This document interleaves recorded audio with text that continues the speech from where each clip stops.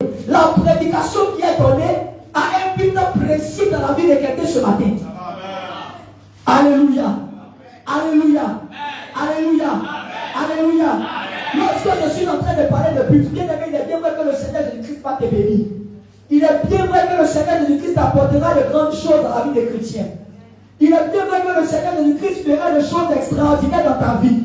Mais ce que je recherche, ce que lorsque les ministres sont en train de prêcher, ce que tout ministre est en train de rechercher dans la vie des enfants de Dieu, c'est qu'il y a quelque chose de particulier que je vais citer ce matin.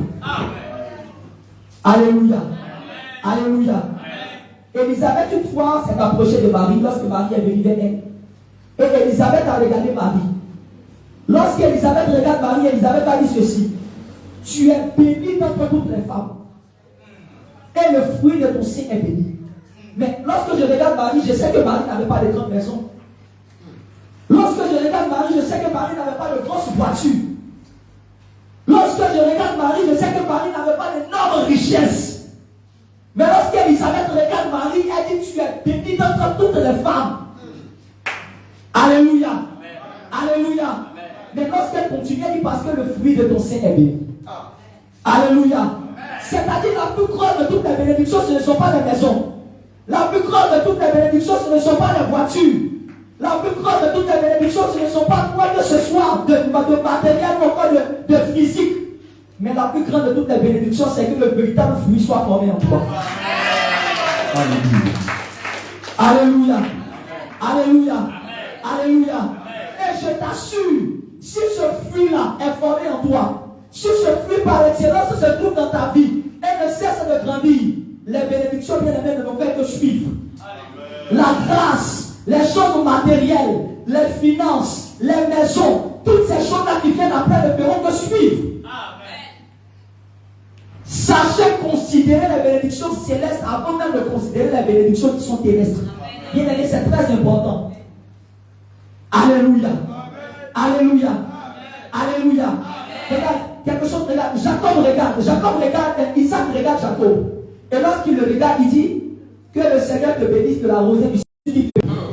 C'est tellement la rosée du ciel. Alléluia. Dieu veut. Alléluia. Alléluia. Alléluia. Alléluia. J'aimerais que nous prenions cette écriture. 1 Corinthiens, chapitre 13, verset 13. Deutéronome. Souviens-toi de tout le chemin que l'Éternel ton Dieu t'a fait faire pendant ces 40 années dans le désert, afin de t'humilier et de t'éprouver pour savoir quelle était la disposition de ton cœur et si tu garderais ou non ces commandements. Le troisième texte. Deutéronome chapitre 8, verset 14 à 15. 14 à 15. Toujours le même chapitre 8. 14 à 15. Point virgule, point virgule. 14 à 15. Prends garde que ton cœur ne s'enfle et que tu n'oublies l'Éternel, ton Dieu, qui t'a fait sortir du pays d'Égypte, de la maison de servitude, qui t'a fait marcher dans ce grand et affreux désert où il y a des serpents brûlants et des scorpions, et dans les lieux arides sans eau, et qui a fait jaillir pour toi l'eau du rocher le plus dur. Amen. Alléluia. J'aimerais que vous considériez, on va répondre le 2 Corinthiens 13, verset 13. J'aimerais que vous considériez chaque parole et chaque mot qui est donné ici dans cette écriture. Parce que je me rappelle une fois, je crois que c'est le frère Pierre. Lorsque je suis en train de parler du frère Pierre, je suis en train de parler du frère Pierre des Écritures. Alléluia. Je me rappelle qu'une fois il a dit, si je ne me trompe pas, entre Pierre et Paul, il dit à sa postérité et non ses postérités. C'est-à-dire, lorsqu'on est en train de parler à sa postérité, ce n'est pas pareil de ses postérités. Donc la précision des choses est très importante dans les Écritures. Gloire à Jésus. Amen. Gloire à Jésus. Amen. C'est pourquoi toute chose qui est en train d'être dite, les Écritures nous disent ceci dans le livre de Proverbes chapitre 7 à partir du verset 4, que ces choses-là sont faites dans un but qui est bien précis lorsque Dieu fait les choses. Alléluia. Il ne les fait pas comme ça. Lorsque une écriture est donnée, Lorsqu'une chose est écrite, cela est écrit dans un but bien précis. Amen. Et il est encore dit que toute écriture est inspirée de Dieu, elle est propre pour enseigner, elle est propre pour instruire. C'est-à-dire tout ce qui a été mis ici a été mis pour notre édification. Amen. Alléluia. Et Corinthiens chapitre 13 à partir du verset 13. Maintenant donc. Écoutez très bien ce qu'il a dit. Maintenant donc. Maintenant donc. Ces trois choses demeurent. Oui. La foi. Oui. L'expérience. Oui. La charité. Oui. Mais la plus grande de ces choses, c'est la charité. Regardez, il y a quelque chose qui a attiré ici mon attention dans cette écriture. Il est dit maintenant donc ces trois choses demeurent. La première question que je me suis posée lorsque j'ai jeté mon regard sur cette écriture, j'ai dit mais pourquoi c'est maintenant donc que ces trois choses demeurent? Pourquoi pas autrefois ces choses ne demeuraient pas? Ou encore pourquoi pas autrefois ces trois choses demeurent? Alléluia. Amen. Alléluia. Amen. Les Écritures nous disent ici que maintenant donc, ces trois choses dont ils ont cité ici demeurent. Je me suis posé la première question, mais pourquoi c'est maintenant que ces choses demeurent? Pourquoi ils n'ont pas dit autrefois ces choses demeuraient? Ou encore depuis autrefois jusqu'à maintenant, ces choses demeurent. Mais les Écritures nous disent ceci, que maintenant, ces choses demeurent. Et la deuxième question qui vient venir à l'esprit, mais alors c'est quoi ce maintenant? Lorsque l'Éternel est en train de parler de maintenant, est-ce qu'il est en train de parler d'aujourd'hui? Est-ce qu'il est en train de parler d'aujourd'hui, quelqu'un dimanche, le combien, le 10? Est-ce qu'il est en train de parler de dimanche, aujourd'hui, dimanche 10 novembre 2024? Ce maintenant, en réalité, il est en train de faire allusion à quoi? Gloire à Jésus. Amen. Gloire à Jésus. Amen. Gloire à Jésus. Amen. Éphésiens chapitre 3 à partir du verset 5. Nous allons demander au Seigneur, lorsque tu es en train de dire maintenant à travers la bouche de l'apôtre Paul, tu fais allusion à quoi lorsque tu es en train de parler de ces trois choses et le livre de Dieu?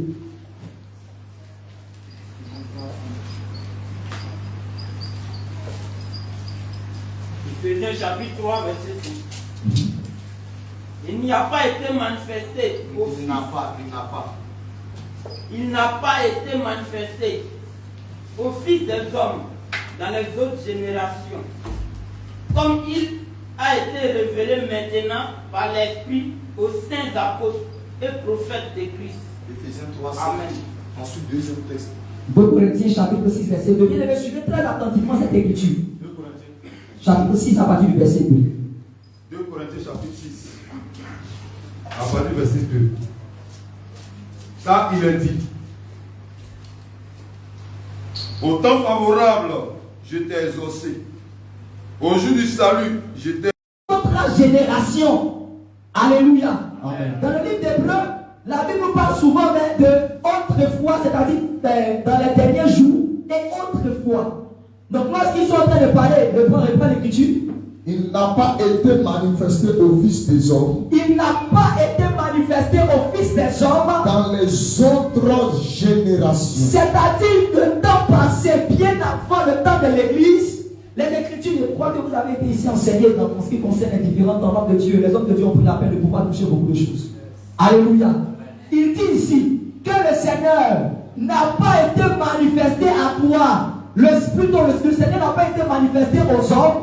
Le Seigneur n'a pas été manifesté, si vous voulez, encore au Fils des hommes dans les autres générations. C'est-à-dire bien avant le temps de l'Église. Il n'a pas été. Alléluia. Alléluia. Amen. Nous cherchons à comprendre ici le maintenant veut dire quoi? Les Écritures nous disent qu'il n'a pas été manifesté autrefois au Fils des hommes, mais maintenant, c'est maintenant qu'il a été révélé.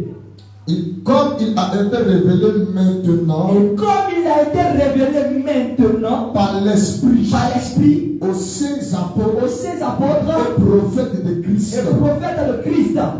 Alléluia. Pour quelqu'un qui suit très bien cette écriture, vous verrez que le Seigneur est en train de mettre ici la différence entre le autrefois ou encore les temps passés, c'est-à-dire le temps où Dieu ne se révélait pas, le temps où Dieu ne se montrait pas, le temps où Dieu prenait la peine de cacher les choses. Le temps où Dieu prenait la peine de parler en parabole, il met cette différence-là entre ce temps-là et le temps du maintenant. Alléluia. 2 Corinthiens 6, 2. 2 Corinthiens chapitre 6 à partir du verset 2. Oui. Car il dit, au temps favorable, je t'ai exaucé. Au temps favorable, je t'ai exaucé. Au jour du salut, je t'ai secouru. Voici maintenant le jour du salut. C'est-à-dire, nous comprenons que le maintenant c'est un temps favorable. Nous comprenons également que le maintenant c'est le jour du salut. Alléluia. Alléluia. Alléluia. Bien-aimé, j'aimerais déjà dire à quelqu'un à travers cette écriture. Lorsque la Bible ici est en train de nous parler ici du maintenant, il ne s'agit pas de notre temps. Il s'agit du temps où le jour du salut est arrivé pour toi et pour moi ce matin. Alléluia. Alléluia. Alléluia. Alléluia. C'est-à-dire au temps de la loi, il n'y avait pas de salut. Au temps de la loi de Moïse, il n'y avait pas de vie. Au temps de la loi de Moïse, il n'y avait pas de temps favorable. C'est pourquoi un jour, les Écritures disent qu'ils ont demandé au Seigneur, jette ton pain à la surface des eaux, il a refusé. Alléluia. Ils ont demandé à l'Éternel, jette ton pain à la surface des eaux. Il dit non, je ne jette pas mon pain à la surface des eaux. C'est-à-dire tout le temps de la loi, l'Éternel a refusé de pouvoir donner son pain. Ce pain-là, c'est le salut bien-aimé. Gloire à Jésus. Je te parle de notre Seigneur Jésus. Une fois le Seigneur a dit, je suis le pain descendu du ciel. C'est-à-dire tout le temps de la loi, le temps favorable refusait de se manifester. Amen. Tout le temps de la loi de Moïse, le temps du salut n'était pas encore arrivé. Je prends encore un exemple clair pour que vous compreniez. Il est dit qu'on n'allume pas une lampe pour pouvoir mettre cette lampe-là sous le boisseau. Alléluia. Mais on allume cette lampe-là pour mettre cette lampe-là sur le chandelier. C'est-à-dire qu'il y a eu un temps où la lampe a refusé de s'allumer. Cette lampe-là était là, mais cette lampe-là refusait de s'allumer. Est-ce que vous me comprenez? On dirait que vous ne me comprenez pas. Les Écritures disent ceci, qu'on n'allume pas une lampe pour pouvoir déposer cette lampe-là sous le boisseau. Lorsqu'on parle du boisseau, il s'agit par exemple d'un seau. Je ne sais pas, je vais prendre quel exemple. Alléluia, un seau qui est vide.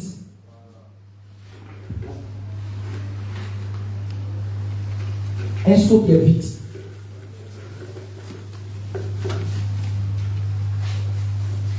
Alléluia. La Bible nous dit, imaginons que c'est ça qui est la lampe. Cette lampe qui est là, on peut la déposer sous le boisseau, ici. Mais on ne l'allume pas pour la déposer en bas là-bas. Gloire à Jésus. Ça veut dire que si la lampe là doit être allumée, elle doit être déposée ailleurs. Alléluia. Amen. Alléluia. C'est-à-dire qu'il y a eu tout un temps où la lampe a refusé de s'allumer. Il y a eu tout un temps où la lampe a refusé de prier. Ce temps-là où la lampe a refusé de s'allumer, c'était un temps qui n'était pas favorable. Ce temps où la lampe a refusé de s'allumer, c'était un temps qui n'était pas le temps du salut. Alléluia. Alléluia. Alléluia. Un jour, il y a eu un homme, lorsqu'il a pris Jean-Baptiste, il dit, toi Jean, tu viendras annoncer celui-là. J'ai pas oublié l'écriture. Il disait rapidement que Dieu cherche moi l'écriture, où il dit, mes yeux ont vu ton salut. Luc chapitre 2. Oui, allez Simeon, recherchez rapidement cette écriture et on le lit pour que le peuple de Dieu comprenne. Un instant. Luc chapitre 2, verset 25. Je suis en train de chercher à expliquer c'est quoi le temps du maintenant. Pour que lorsque nous sommes en train de parler du maintenant, tu ne puisses pas voir le maintenant comme aujourd'hui le 9 novembre. Tu ne puisses pas, plutôt le 10 novembre. Tu ne puisses pas voir le maintenant comme un petit temps quelconque. Mais le maintenant a son explication là dans les Écritures. Luc chapitre 2 à partir du verset 25. Luc chapitre 2 à partir du verset 25. Et voici, il y avait à Jérusalem un homme appelé Siméon. Cet homme était juste et pieux. Il était également pieux. Il attendait la consolation d'Israël. Il attendait le temps favorable, oui. Et l'Esprit Saint était sur lui. Était sur cet homme-là. Il avait été averti. Il avait été averti. Plutôt, il avait été divinement averti. Oui, vas-y. Par le Saint-Esprit. Par le Saint-Esprit. Qu'il ne mourrait point. Qu'il n'allait pas mourir. Avant d'avoir vu. Avant même d'avoir vu. Le Christ du Seigneur. Le Christ du Seigneur, oui. Il vient au temple. Il vient au temple. Poussé par l'Esprit. Poussé par l'Esprit. Comme les parents. Apporté le corps donnait la loi. Ce corps donnait la loi. Il le reçut. Il a reçu dans ses bras. Dans ses bras. Bénis Dieu. Bénis Dieu. Et dit. Et il a dit ceci, écoutez. Maintenant. Maintenant. Maintenant. Maintenant. Maintenant. Maintenant. Seigneur. Seigneur. Tu laisses. Aller ton serviteur. Aller ton serviteur. S'en aller en paix. S'en aller en paix. Selon ta parole. Selon ta parole. Dieu vu ton salut. Oh, je bénis. Maintenant, c'est le temps où les yeux voient le salut. Gloire à Jésus. Amen. Gloire à Jésus. Amen. Avant le Seigneur Jésus, la lampe refusait de s'allumer. Je bénis Dieu. Parce qu'un jour, la lampe a déclaré ceci: je suis la lumière du monde. Alléluia. Alléluia. Tout le temps de la loi, ce n'était que l'ombre. Tout le temps de la loi, ce n'était que le noir. Tout le temps de la loi, la lampe a refusé de s'allumer. Je dis refusé de s'allumer, pourquoi? Parce que tout le temps de la loi, il y avait Dieu, mais la lampe refusait de briller. Alléluia. Alléluia. L'Éternel était bel et bien présent en Israël. L'Éternel continuait toujours de se manifester en Israël, mais il refusait le fait de manifester sa lumière. Oh bien aimé, lorsque je suis en train de parler de la lumière, je suis en train de parler de l'explication des Écritures. C'est-à-dire au temps de la loi, les choses étaient comme ça. Lorsque vous étiez en train de lire, vous lisez seulement avec les yeux. Mais il y avait des choses qui étaient bel et bien cachées derrière ces choses qui étaient si visibles. Alléluia. Amen. Alléluia. Amen. Alléluia. Amen. Ce que je veux dire, le temps du maintenant, c'est le temps où les choses sont claires. Le temps du maintenant, c'est le temps du salut. Le temps du maintenant, c'est le temps favorable. Mais je bénis Dieu, parce qu'il y a eu un temps où la lampe s'est allumée. Et lorsqu'elle a été allumée, elle a été déposée. Alléluia. Amen.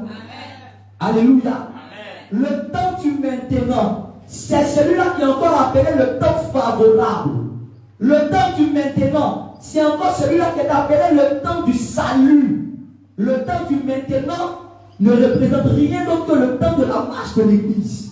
Parce qu'aujourd'hui, c'est nous qui avons reçu la grâce. Parce qu'aujourd'hui, c'est nous qui avons reçu encore le Seigneur Jésus-Christ qui est le véritable salut. Les Écritures nous disent ceci, que quiconque croit en lui ne périsse point, mais qu'il ait la vie éternelle. C'est-à-dire qu'aujourd'hui, le salut il est manifesté. Alléluia. Alléluia. Alléluia. Alléluia. Et cette lumière, aujourd'hui, est en train de briller dans l'église. Et cette lumière, aujourd'hui, est manifestée dans l'église du Seigneur Jésus. Je ne peux pas accepter qu'un enfant de Dieu soit au milieu, soit dans un quartier où on dit qu'il y a assez de sorciers et le chrétien va commencer à avoir peur. Cela signifie que toi, tu ne marches pas dans le temps du maintenant. Tu marches dans le temps du autrefois. Bien, mais comprenez-moi, ce n'est pas parce que tu es aujourd'hui au temps de l'église que tu te trouves réellement dans le temps de l'église. Insistez comme ça. Alléluia. Amen. Alléluia. Amen. Tu peux même venir au milieu de nous. Tu peux être baptisé. Tu peux dire, je dis bien, tu peux dire avoir reçu le Saint-Esprit. Alléluia. Amen. Tu peux être là au milieu de nous, mais en réalité, tu ne marches pas dans le temps du maintenant. Parce que pour être réellement, je dis bien, pour être réellement dans le temps du maintenant, oh bien, il faut avoir les trois choses. Alléluia. Alléluia. Alléluia. Alléluia. Alléluia. Vas-y, on continue. 1 Corinthiens 13. Maintenant donc, ces trois choses demeurent. Les trois choses, c'est quoi? La foi, l'expérience et la charité, ou encore l'amour. La charité, c'est l'amour. Alléluia. Amen. Alléluia. Amen. Alléluia. Bien aimé, c'est capital. Avant même d'aller toucher ces trois choses, il est important que tu puisses savoir l'importance du maintenant. Il y a le temps du maintenant comme étant simplement le temps de l'église. Mais je veux réellement que le peuple de Dieu réalise et comprenne et cherche à réellement bien marcher dans le temps du maintenant. Parce que pour moi, si tu dis avoir Dieu, parce que pour moi, si tu dis marcher dans ce temps-là, et tu ne marches pas réellement comme il se doit, en réalité, tu n'es pas dans ce temps. C'est comme une personne qui dit être chrétienne, une personne qui dit connaître Dieu, une personne qui dit avoir réellement le témoignage de Jésus, qui se montre devant tout le monde être chrétien, mais les œuvres qu'elle fait sont totalement contraires à celles-là des chrétiens. En réalité, tu n'es pas chrétien. Gloire à Jésus. Gloire à Jésus. Gloire à Jésus. Gloire à Jésus. Il faut que le peuple de Dieu comprenne. Et il faut que le peuple de Dieu se réveille. Parce que le temps du maintenant est un temps qui est vraiment très difficile. Et le temps du maintenant est un temps, comme j'ai dit tout à l'heure, qui est un piège. Alléluia. Alléluia. Alléluia. Mais lorsque moi je regarde le frère Paul, je me demande bien où Paul a enlevé ça. Je crois que Paul, c'est quelqu'un qui était rempli du Saint-Esprit. Lorsque Paul parlait, Paul aimait retourner à l'origine. Parce que Paul sait que ce qui a été, c'est ce qui sera. Et ce qui se fait, c'est ce qui se fera. Alléluia. Gloire à Jésus. Donc nous allons demander à Paul, lorsque tu regardes, tu dis ces trois choses demeurent. Tu enlèves ça où? Parce que Paul, j'ai remarqué une chose. À chaque fois qu'il fait quelque chose, il aime comparer cela, ou encore à chaque fois qu'il parle de l'Église, il aime comparer cela à un peuple. Alléluia. Alléluia. Alléluia. Le temps est parti. Donc il sera obligé de ne pas toucher beaucoup de points. Même en entrant dans l'ombre, de ne pas toucher beaucoup de points sur les trois choses. Mais je vais essayer d'exhorter. Et je vais essayer comment on appelle ça? Le mot. Je vais essayer d'attirer l'attention du peuple de Dieu afin qu'ils comprennent l'essentiel. Alléluia. 1 Corinthiens chapitre 10. 1 Corinthiens chapitre 10. À partir du verset 11. 1 Corinthiens 10 à partir du verset 11. Nous sommes toujours dans le maintenant. Dans l'explication du maintenant. Oui.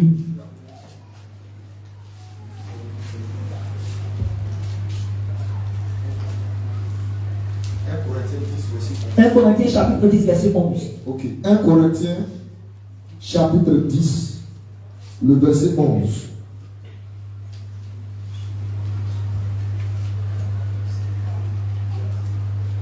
« 1 Corinthiens 10, le verset 11. »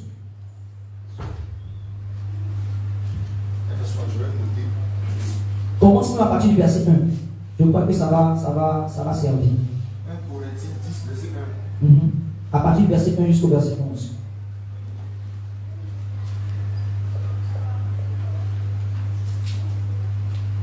« 1 Corinthiens 10, verset 1 à 11. » Je lis la parole du Seigneur. « Frères, je ne veux pas que vous ignoriez que nos pères ont tous été sous la nuée, qu'ils ont tous passé au travers de la mer, qu'ils ont tous été baptisés en Moïse, dans la nuée et dans la mer, qu'ils ont tous mangé le même aliment spirituel, et qu'ils ont tous bu le même breuvage spirituel, car ils buvaient à un rocher spirituel qui les suivait, et ce rocher était Christ. Mais la plupart d'entre eux ne furent point agréables à Dieu, puisqu'ils périrent dans le désert. Au verset 6. Or, ces choses sont arrivées pour nous servir d'exemple, afin que nous n'ayons pas de mauvais désirs, comme ils en ont eu. Ne devenez point idolâtres, comme quelques-uns, selon qu'il est écrit, le peuple s'assit pour manger et pour boire, puis ils se levèrent pour se divertir. Ne nous livrons pas à l'impudicité, comme quelques-uns d'entre eux s'y livrèrent, de sorte qu'il tomba 23 000 en un seul jour. Ne tentons pas le Seigneur, comme le tentaient quelques-uns, qui périrent par les serpents. Ne murmurez point, comme murmuraient quelques-uns d'entre eux, qui périt par l'exterminateur. Ces choses leur sont arrivées pour servir d'exemple. Et elles ont été écrites pour notre instruction à nous qui sommes parvenus à la fin des siècles. Amen. Homme de Dieu, reprend le verset 11. Regardez l'église, Paul regarde la vie d'Israël. Et dit Israël, lorsque je les regarde, ils ont échoué par rapport à beaucoup de choses. Mais vous, prenez exemple et ne faites pas les mêmes erreurs. Alléluia. Amen. Alléluia. Amen. Alléluia. Amen. Nous comprenons que lorsque l'apôtre Paul est en train de parler, on va se demander, il a puisé cela où? Il a puisé cela dans la marche d'Israël. Parce que ce qui est arrivé à Israël, c'est dans le but de pouvoir nous servir d'exemple. Gloire à Jésus. Gloire à Jésus. Gloire à Jésus. Gloire à Jésus. J'aimerais déjà dire que dans le maintenant, le Seigneur exhorte pour que nous puissions avoir les trois choses. Car il y a des réalités dans cette marche chrétienne. Il y a des réalités que nous aurons à traverser. Il y a des réalités devant lesquelles nous aurons à faire face. C'est la raison pour laquelle tu ne peux pas triompher dans le maintenant si tu n'as pas ces trois choses. C'est impossible. Alléluia. Amen. Alléluia. Amen. C'est impossible. Il est capital, il est important pour toi que tu puisses encore avoir ces trois choses. Homme de Dieu, rapidement encore, reprends cette écriture. 1 Corinthiens 10, 11 ou bien 1 Corinthiens 10 à partir du verset 1 Corinthiens 10, verset 10 à 11. 10 à 11. Oui. Ne murmurez point, comme murmuraient quelques-uns qui périssent par l'exterminateur. Oui. Ces choses leur sont arrivées. C'est-à-dire tout ce qui a été cité, tout ce que l'on prend la peine de regarder, tout ce que l'on prend la peine d'observer, les Écritures disent que ces choses leur sont arrivées, oui, pour servir d'exemple. Sont arrivées dans le but de pouvoir vous servir d'exemple. Elles ont été écrites. Et ces choses-là ont été écrites dans notre instruction. Pour que nous, enfants de Dieu, nous soyons aussi instruits. À nous qui sommes parvenus. À nous qui sommes parvenus à la fin des siècles. À la fin des siècles. J'aimerais poser la question à quelqu'un. Est-ce que tu aimerais faire les mêmes erreurs qu'Israël a fait? Non. Alléluia. Amen. Alléluia. Amen. Si vous voyez que la majeure partie de ceux-là qui sont entrés dans le désert ne sont pas arrivés à Canaan, c'est parce qu'en réalité, ils n'avaient pas les trois choses. Alléluia. Alléluia. Alléluia. En réalité, ces trois choses étaient présentes. C'est pourquoi je dis que je ne vais pas entrer dans les détails. Ces choses étaient présentes là en Israël. Mais ils n'ont pas pris la peine de pouvoir comprendre le sens de ces trois choses-là qui étaient là. Parce que la Bible nous dit que dans l'âge de l'Alliance, il y avait trois choses là-bas également qui se trouvaient. La Bible nous dit qu'il y avait la manne. La Bible nous dit qu'il y avait la verge d'Aaron. Et puis la Bible nous dit également qu'il y avait un troisième, la manne, la verge d'Aaron. Et puis il y avait un troisième élément également qui se trouvait au niveau de l'arche. Gloire à Jésus. Gloire à Jésus. C'est-à-dire ces trois choses, quelque part étaient là. Mais malgré que ces choses étaient là, Israël n'avait pas pris conscience, ou Israël n'avait pas encore compris l'enseignement que le Seigneur voulait leur donner à travers ces trois choses qu'il avait cachées là dans l'arche. Alléluia. Alléluia. Alléluia. Maintenant, nous voulons comprendre en détail. Lorsque le Seigneur ici est en train de parler des trois choses, le Seigneur est en train de faire allusion à quoi? Alléluia. Hébreux 9, 4. Hébreux 9, verset 4. Là où l'homme de Dieu parlait des trois choses. Oui. Renfermant l'autel d'or, Hébreux 9, 4. Oui. Pour les parfums et l'arche de l'alliance entièrement recouverte d'or. Il y avait dans l'arche un vase d'or contenant la manne, la verge d'Aaron qui avait fleuri, et les tables de l'alliance. Et il y avait la table des 10 commandements. Alléluia. Amen. Alléluia. Amen. Je vais essayer de raccourcir les choses. Parce que si je veux toucher ça point par point, ça va me compliquer la tâche. Mais je vais aller dans un but de pouvoir interpeller le peuple de Dieu. Je ne vais pas rentrer dans trop de détails. Alléluia. Amen. Hébreux chapitre 11 à partir du verset 1. Nous allons directement partir sur les trois choses. Et le livre de Romains chapitre 10 verset 17. Après ça, tu mets étoile pour ça.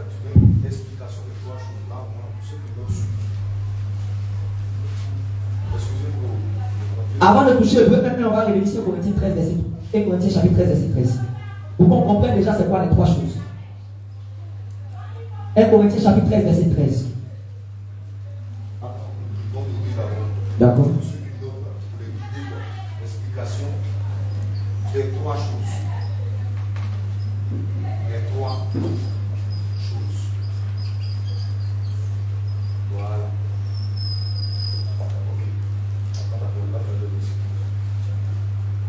Les trois choses là.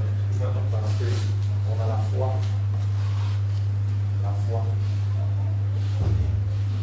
L'expérience.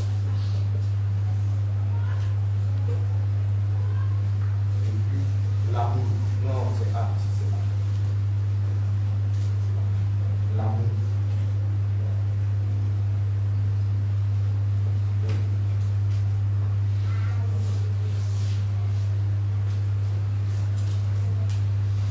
Un Corinthiens chapitre 13, verset 13. 1 Corinthiens 13, 13. Maintenant donc, ces trois choses demeurent. La foi, l'expérience. Regardez, les Écritures ici sont en train de citer les trois choses. Il a dit que maintenant donc quand les trois choses demeurent, il y a la foi, oui, l'expérience, il y a l'espérance, la charité. Il y a la charité ou encore l'amour. Alléluia. Amen. Alléluia. Amen. Alléluia. Amen. Si on veut partir ici en ce qui concerne le plan, je ne vais pas donner des détails, je vais juste les citer. Si on veut partir dans les éléments qui se trouvaient là au niveau de l'âge de l'alliance, la Bible a parlé premièrement de la manne. La manne parle de la foi. La Bible a parlé de la verge d'Aaron. La verge d'Aaron parle de l'espérance. Les Écritures ont également parlé de la table la table des 10 commandements. La table des 10 commandements. Cette table est en train ici de parler de l'amour. Alléluia. Lorsque je vais chercher à expliquer ces trois choses, je vais essayer de combiner la foi et l'espérance. Parce qu'on ne peut pas parler de foi sans parler d'espérance. Alléluia. Hébreu chapitre 11 à partir du verset 1. Voilà. Notre matin va noter le verset encore. D'accord. Hébreu chapitre 11 à partir du verset 1.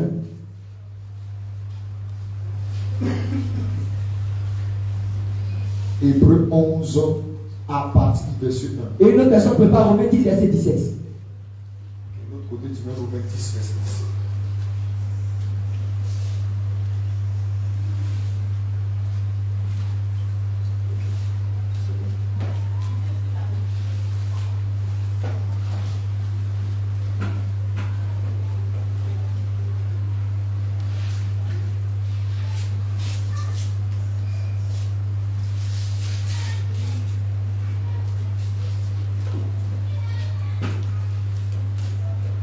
Hébreu 11, verset 1. Hébreu chapitre 11, verset 1. Or, la foi Regardez bien la définition de la foi. Or, la foi. est une ferme assurance La foi est une ferme assurance. des choses qu'on espère. Déjà, je vais mettre une différence. Il y a deux grands types de foi, si je peux dire ça comme ça. Il faut savoir faire la différence entre la foi comme don spirituel et la foi qui provient de l'enseignement. Alléluia.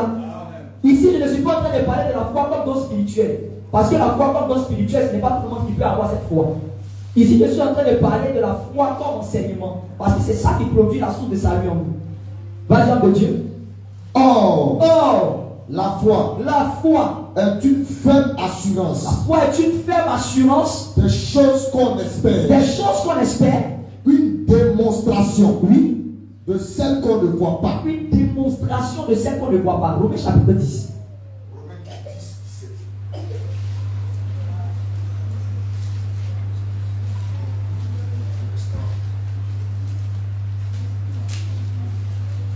Romains 10, 17.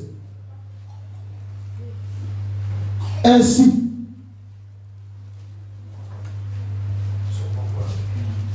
Romains 10, verset 17. Ainsi, la foi vient de ce qu'on entend. Et ce qu'on entend vient de la parole de Christ. Alléluia. Amen. Ici, il y a deux éléments ici qui en ressortent. Nous comprenons ici dans la définition, on dit la foi est une ferme assurance des choses qu'on espère. Et à la suite de cela, nous disons que la foi vient de ce qu'on entend Et ce qu'on entend vient de la parole de Christ. Alléluia. Ici, je vais dire quoi? La foi, en réalité, c'est quoi? La foi, c'est-à-dire, malgré les difficultés, malgré les problèmes, malgré tout ce que nous aurons ici à traverser, nous espérons qu'un jour nous nous retrouverons un jour avec le Seigneur là dans le ciel. Amen. Alléluia. Alléluia. En réalité, c'est cette définition terre à terre de la foi que je voulais faire ressortir. Malgré les difficultés, malgré tout ce que nous sommes en train de traverser, malgré les problèmes, malgré les tribulations, malgré tout ce que nous subissons, nous espérons et nous gardons cette espérance-là que nous retrouverons un jour avec le Seigneur là dans le ciel. Alléluia.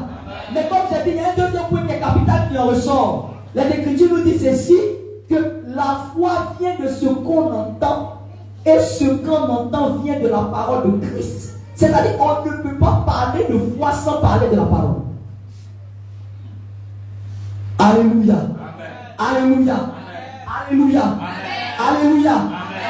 Nous voyons aujourd'hui plusieurs frères, nous voyons aujourd'hui plusieurs sœurs qui prennent congé de la parole, prennent congé des Écritures. C'est-à-dire qu'aujourd'hui je suis en congé. Aujourd'hui je ne lis pas ma Bible. C'est ça, c'est de ça que je parle lorsque je parle de congé. Alléluia. Plusieurs personnes arrivent à faire des semaines. Plusieurs personnes arrivent à faire plusieurs temps sans même ouvrir la Bible pour pouvoir méditer. Ils ne savent pas qu'en faisant cela, ils sont en train de devenir faibles. Ils ne savent pas qu'en faisant cela, la foi de Dieu qui est en eux est en train de diminuer. Parce que c'est la parole. Lorsque nous l'écoutons et lorsque nous la lisons, c'est en ce temps-là que cela commence à produire une grande foi en nous. Gloire à Jésus. Gloire à Jésus. Gloire à Jésus. Gloire à Jésus. Une personne même qui ne lit pas sa Bible, une personne qui n'est pas attachée aux Écritures, une personne qui n'est pas attachée à la parole, cette personne-là est sensible au péché. Alléluia. Alléluia. Il devait remarquer très bien. Il y a des moments, il y a des fois où, lorsque tu te rends compte que tu es devenu faible en ce qui concerne la méditation, les mauvaises pensées commencent à devenir plus fortes. Qui a déjà vécu ça ici? Alléluia. Dès lors que tu prends congé, tu arrives à faire une semaine sans méditer, tu commences à être plus attaché aux réseaux sociaux qu'à la parole. C'est-à-dire lorsque tu prends la parole, tu deviens faible. Mais lorsque tu prends ton téléphone, tu es content. Même lorsque tu sors là dehors, dès lors que tu vois une fille en train de passer, alors même que dans ton passé, tu connais très bien ton péché. Mais lorsque tu prends congé de la parole, cette chose devant laquelle, grâce à la parole, tu étais devenu fort. Cette chose, devant laquelle, grâce à la parole du Seigneur, tu étais devenu une personne qui était forte. À cause de cela, tu deviens maintenant une personne faible. Gloire à Jésus. Gloire à Jésus. Amen. Gloire à Jésus. Amen. Pourquoi? Parce qu'il y a une chose qui n'est pas demeurée, c'est la foi. La foi ne peut demeurer que lorsqu'il y a la parole. La foi ne peut demeurer que lorsque tu es attaché aux Écritures. Bien aimé, il ne suffit pas de venir là s'asseoir à l'église. On va te prêcher, on va t'enseigner, on va te parler. L'homme de Dieu Pierre, l'apôtre Pierre, l'homme de Dieu docteur Abraham, va prêcher, va enseigner. Tu vas dire et puis tu vas retourner à la maison, tu vas vivre comme tu veux. Non. Les Écritures disent que ces choses-là, tu dois en faire une application à ta personne. Alléluia. Alléluia. C'est-à-dire lorsque tu es en train de méditer, tu dois vivre ce que tu lis. Lorsque tu es là et que les hommes de Dieu prêchent, tu dois vivre ce que tu entends. C'est-à-dire ce que tu entends doit apporter dans ta vie une transformation. Ce que tu entends doit apporter dans ta vie un changement, un véritable changement dans ta vie. Alléluia. Amen. Alléluia. Amen. Si vous n'êtes pas d'accord, demandez à Daniel. La Bible nous dit ceci, qu'il y a une pierre qui s'est détachée d'une montagne. Et lorsque la pierre s'est détachée de la montagne, la Bible nous dit que cette pierre a frappé la statue de Nebuchadnezzar. Et lorsque la pierre a frappé la statue de Nebuchadnezzar, cette pierre a commencé à grossir. Elle a commencé à grossir. Elle a commencé à grossir. Et cette pierre, elle est devenue la montagne. Bien aimé, qu'est-ce que je veux dire? Lorsque Christ vient en toi, il vient premièrement dans le but de pouvoir briser le péché.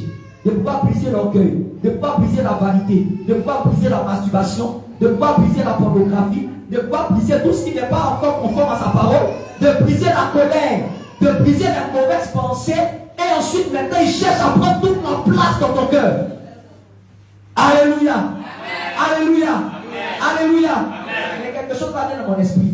Si tu demandes à la pierre où se trouve la montagne, la pierre va dire il y a si longtemps que je suis avec toi et que tu ne m'as pas connu.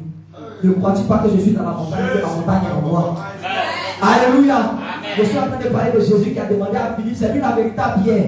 Il a dit il y a si longtemps que je suis avec toi, Philippe, et tu ne m'as pas connu.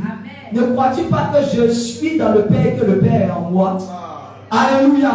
Alléluia. C'est-à-dire là, ce que je vais vous faire comprendre. Je vais vous faire comprendre que la parole qui entre doit faire de l'effet dans ta vie. Alléluia. Alléluia. Alléluia. Ne donnez pas une petite place au Seigneur et donnez la majeure partie de la place à Satan ou encore au péché. Lorsque tu entends la parole et que la parole fait une transformation, laisse le Seigneur s'installer totalement et pleinement en toi. C'est là que la foi devient grande. Parce que la foi, comme je l'ai dit, c'est le fait que nous allons, nous espérons et nous croyons fortement qu'un jour nous allons voir le Seigneur tel qu'il est. Alléluia. Alléluia. Tu ne peux pas croire. Il y a des chrétiens. Regardez, regardez. Comment tu peux être chrétien? Tu dis vouloir voir le Seigneur un jour et tu vas vivre dans le désordre. Alléluia. Vivre dans le désordre, c'est te cacher aux yeux du monde. C'est te cacher aux yeux des frères. Vivre dans le désordre, c'est te cacher aux yeux des hommes de Dieu. Mais lorsque tu arrives là derrière, tu commences à chercher les petites filles. C'est ça, vivre dans le désordre. Alléluia. Alléluia. Alléluia. En ce temps-là, la parole qui est entrée, normalement, n'a pas encore fait des effets. C'est-à-dire la foi ne s'est pas installée. J'aimerais te dire que la foi, c'est le Seigneur Jésus-Christ en lui-même. Alléluia. Parce qu'il a dit que si vous avez la foi comme un grain de sénévé, c'est-à-dire la foi, c'est le grain de sénévé. Or, le grain de sénévé, c'est la plus petite de toutes les graines.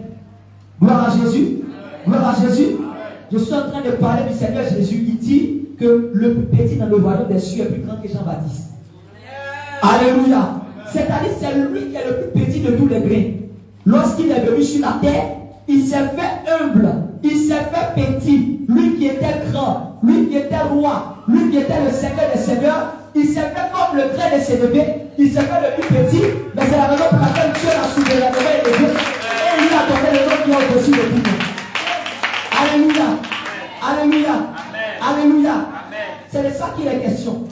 La foi ou encore la parole d'abord doit apporter la foi dans ton cœur, doit apporter une véritable foi dans ta vie.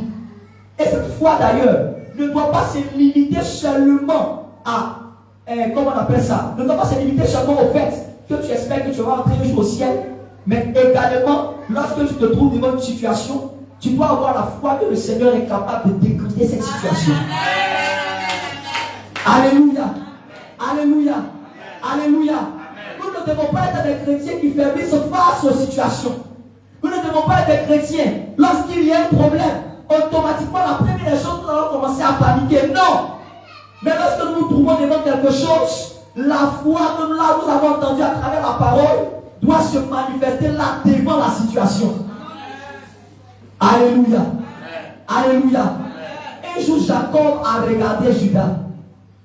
Il dit, lorsqu'il était en train de bénir ses fils, il dit, Judas, tu me dis du carnage. Tu es un lion, un jeune lion, une lionne. Alléluia. C'est là déjà que nous comprenons que Judas est un lion, Judas est un jeune lion et une lionne. Donc trois fonctions, mais un Judas. Alléluia. Alléluia. C'est pourquoi nous disons également que Jésus-Christ, il est également le Père, il est le Fils, il est le Saint-Esprit. Trois fonctions, mais un Jésus. Alléluia. Alléluia. Il regarde, il dit, Judas, tu reviens du carnage. C'est-à-dire qu'on parle du carnage, il s'agit ici de la guerre. Il s'agit ici du combat. Il s'agit ici de la destruction. Il dit, Judas, tu reviens du carnage. Tu es un lion. Un jeune lion. Une lionne. Et ensuite il dit, tu ploies le genou comme une lionne qui pourra te faire lever. Alléluia. C'est-à-dire, lorsque Jésus, il y a carnage, il y a destruction. Lorsqu'il vient, il y a combat. lorsqu'il finit de faire le combat, le Seigneur Jésus-Christ doit s'asseoir sur son trône.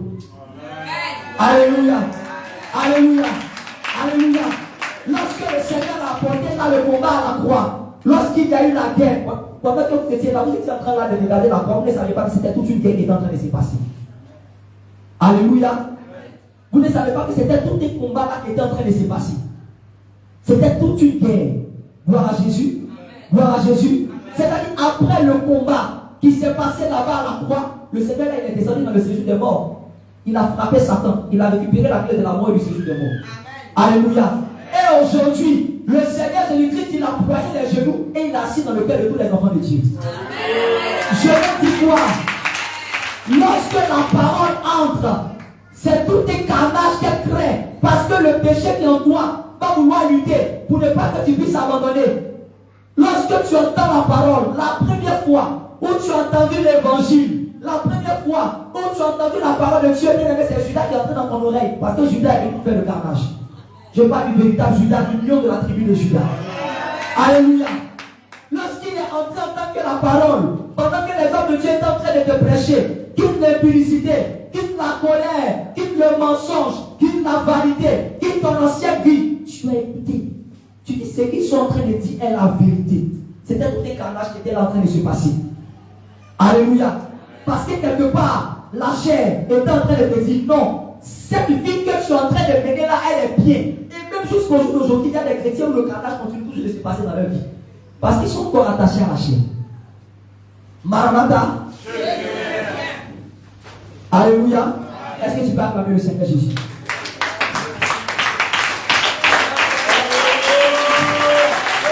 Acclame le Seigneur Jésus.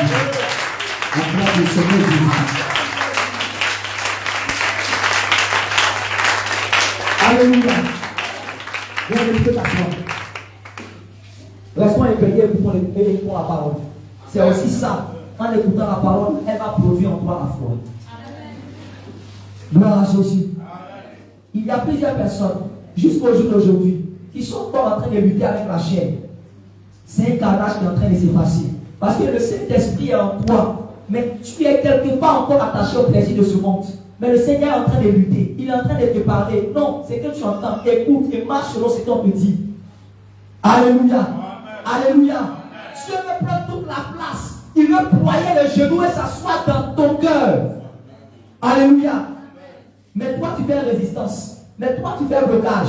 Mais toi, tu ne veux pas écouter. Il faut que tu écoutes la voix de l'Éternel. Je vous ai dit ici que la foi c'est la manne, non? Je vous ai dit que la foi c'est le pain, n'est-ce pas? Alléluia. Alléluia. Satan aussi le savait. Un jour il est arrivé là-bas dans le désert. Il regarde Jésus. Il savait que Jésus avait gêné. Jésus avait faim. Il va dire à Jésus, mais tu es capable de pouvoir transformer ces pains en pain. Vas-y, transforme-les en pain. Mais regardez la réponse de Jésus. Il va dire, l'homme ne vivra pas de pain seulement, mais de toute parole qui sort de la bouche de toute parole qui sort de la bouche de. C'est-à-dire le Seigneur avait compris que sa vie ne dépendait pas du pain, mais sa vie dépendait de la parole. Alléluia. J'aimerais de la même manière dire à quelqu'un, toi en tant qu'enfant de Dieu, toi en tant que serviteur de Dieu, toi en tant que brebis du Seigneur, il faut comprendre que ta vie, lorsque je parle de ta vie, ça dit de la vie éternelle. Parce que la vie éternelle ne peut s'acquérir que lorsque tu as en toi la foi. Toute personne qui n'a pas la foi ne verra jamais le Seigneur. Alléluia. Mais si tu ne crois même pas que tu existes, comment tu peux le voir? C'est écrit. Alléluia. Alléluia. Alléluia. Il faut que tu comprennes que ta vie ne dépend pas de ton travail. Il faut que tu comprennes que ta vie. Je n'ai pas dit que on m'a dit que la vie ne dépend pas de mon travail, donc je ne dois plus travailler. C'est pas ce que j'ai dit. Alléluia. Alléluia. Je veux que tu comprennes premièrement que ta vie ne dépend pas premièrement de ton travail.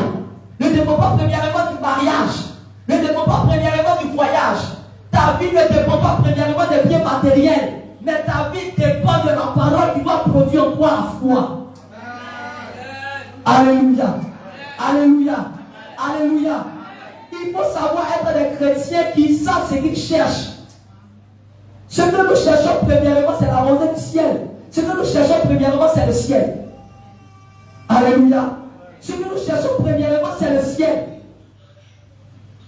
Et non autre chose. Ces choses-là qui sont matérielles viendront nous suivre. Mais nous devons avoir en nous la foi. Nous devons aussi espérer. Nous devons être des chrétiens qui sont endurants. Alléluia. Alléluia. Malgré qu'il y a difficulté, malgré que là dans ta famille tu souffres, malgré que là ça ne va pas, malgré même qu'il y a des tribulations, mais tu dois être quelqu'un qui est endurant. Alléluia. Pourquoi la foi? Deutéronome chapitre 8. Nous avons parlé de la foi, mais pourquoi la foi? Deutéronome chapitre 8 à partir du verset 2.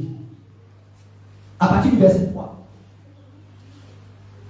Deutéronome chapitre 8, verset 3. Deutéronome chapitre 8. Non, tu nettoies. C'est juste en bas, les gens ne savent pas. Tu nettoies. Jusqu'à tout ce qui est texte de base, tout ça, parler. Tu mets sur l'explication de la foi, de la cause. Ou bien tu mets sur Marc, c'est la foi. Deutéronome 8, 3. Pour aider ceux qui n'ont pas le cadeau. Oui, puis cette fois je répète l'écoute. Voilà, la foi. Notre explication de la foi.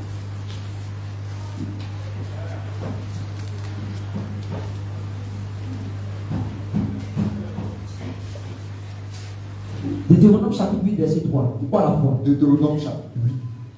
2T, 2T, 2T, 2T, 2T, 2T, 2T. Non, si la brèche même là, c'est pas pour pas que on n'est pas les deux T, ton et.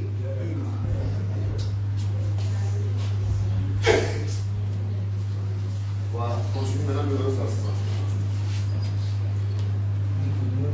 8 verset 3. À partir du verset 3. À partir du verset 3, on met le texte.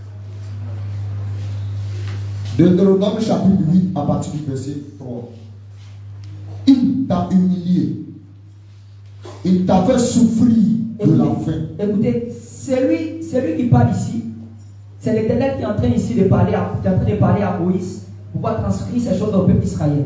Donc c'est l'Éternel qui a fait son peuple d'Israël, ce n'est pas le diable. Il t'a humilié. Les Écritures disent que l'Éternel a humilié. C'est pourquoi je dis que Israël n'avait pas les trois choses. Je suis déjà en train de parler de deux choses, la foi et l'espérance. Si Israël avait les trois choses, Israël allait arriver à Canaan.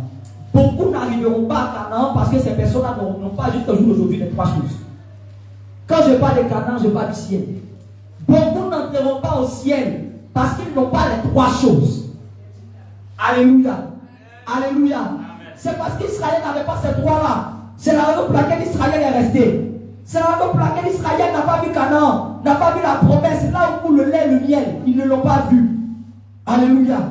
Alléluia. Amen. Oh de Dieu, regarde ce qu'il dit, madame de Dieu. Il t'a humilié. L'Éternel t'a humilié. L'Éternel dit, je t'ai humilié. Toi, Israël, lui. Il t'a fait souffrir de la faim.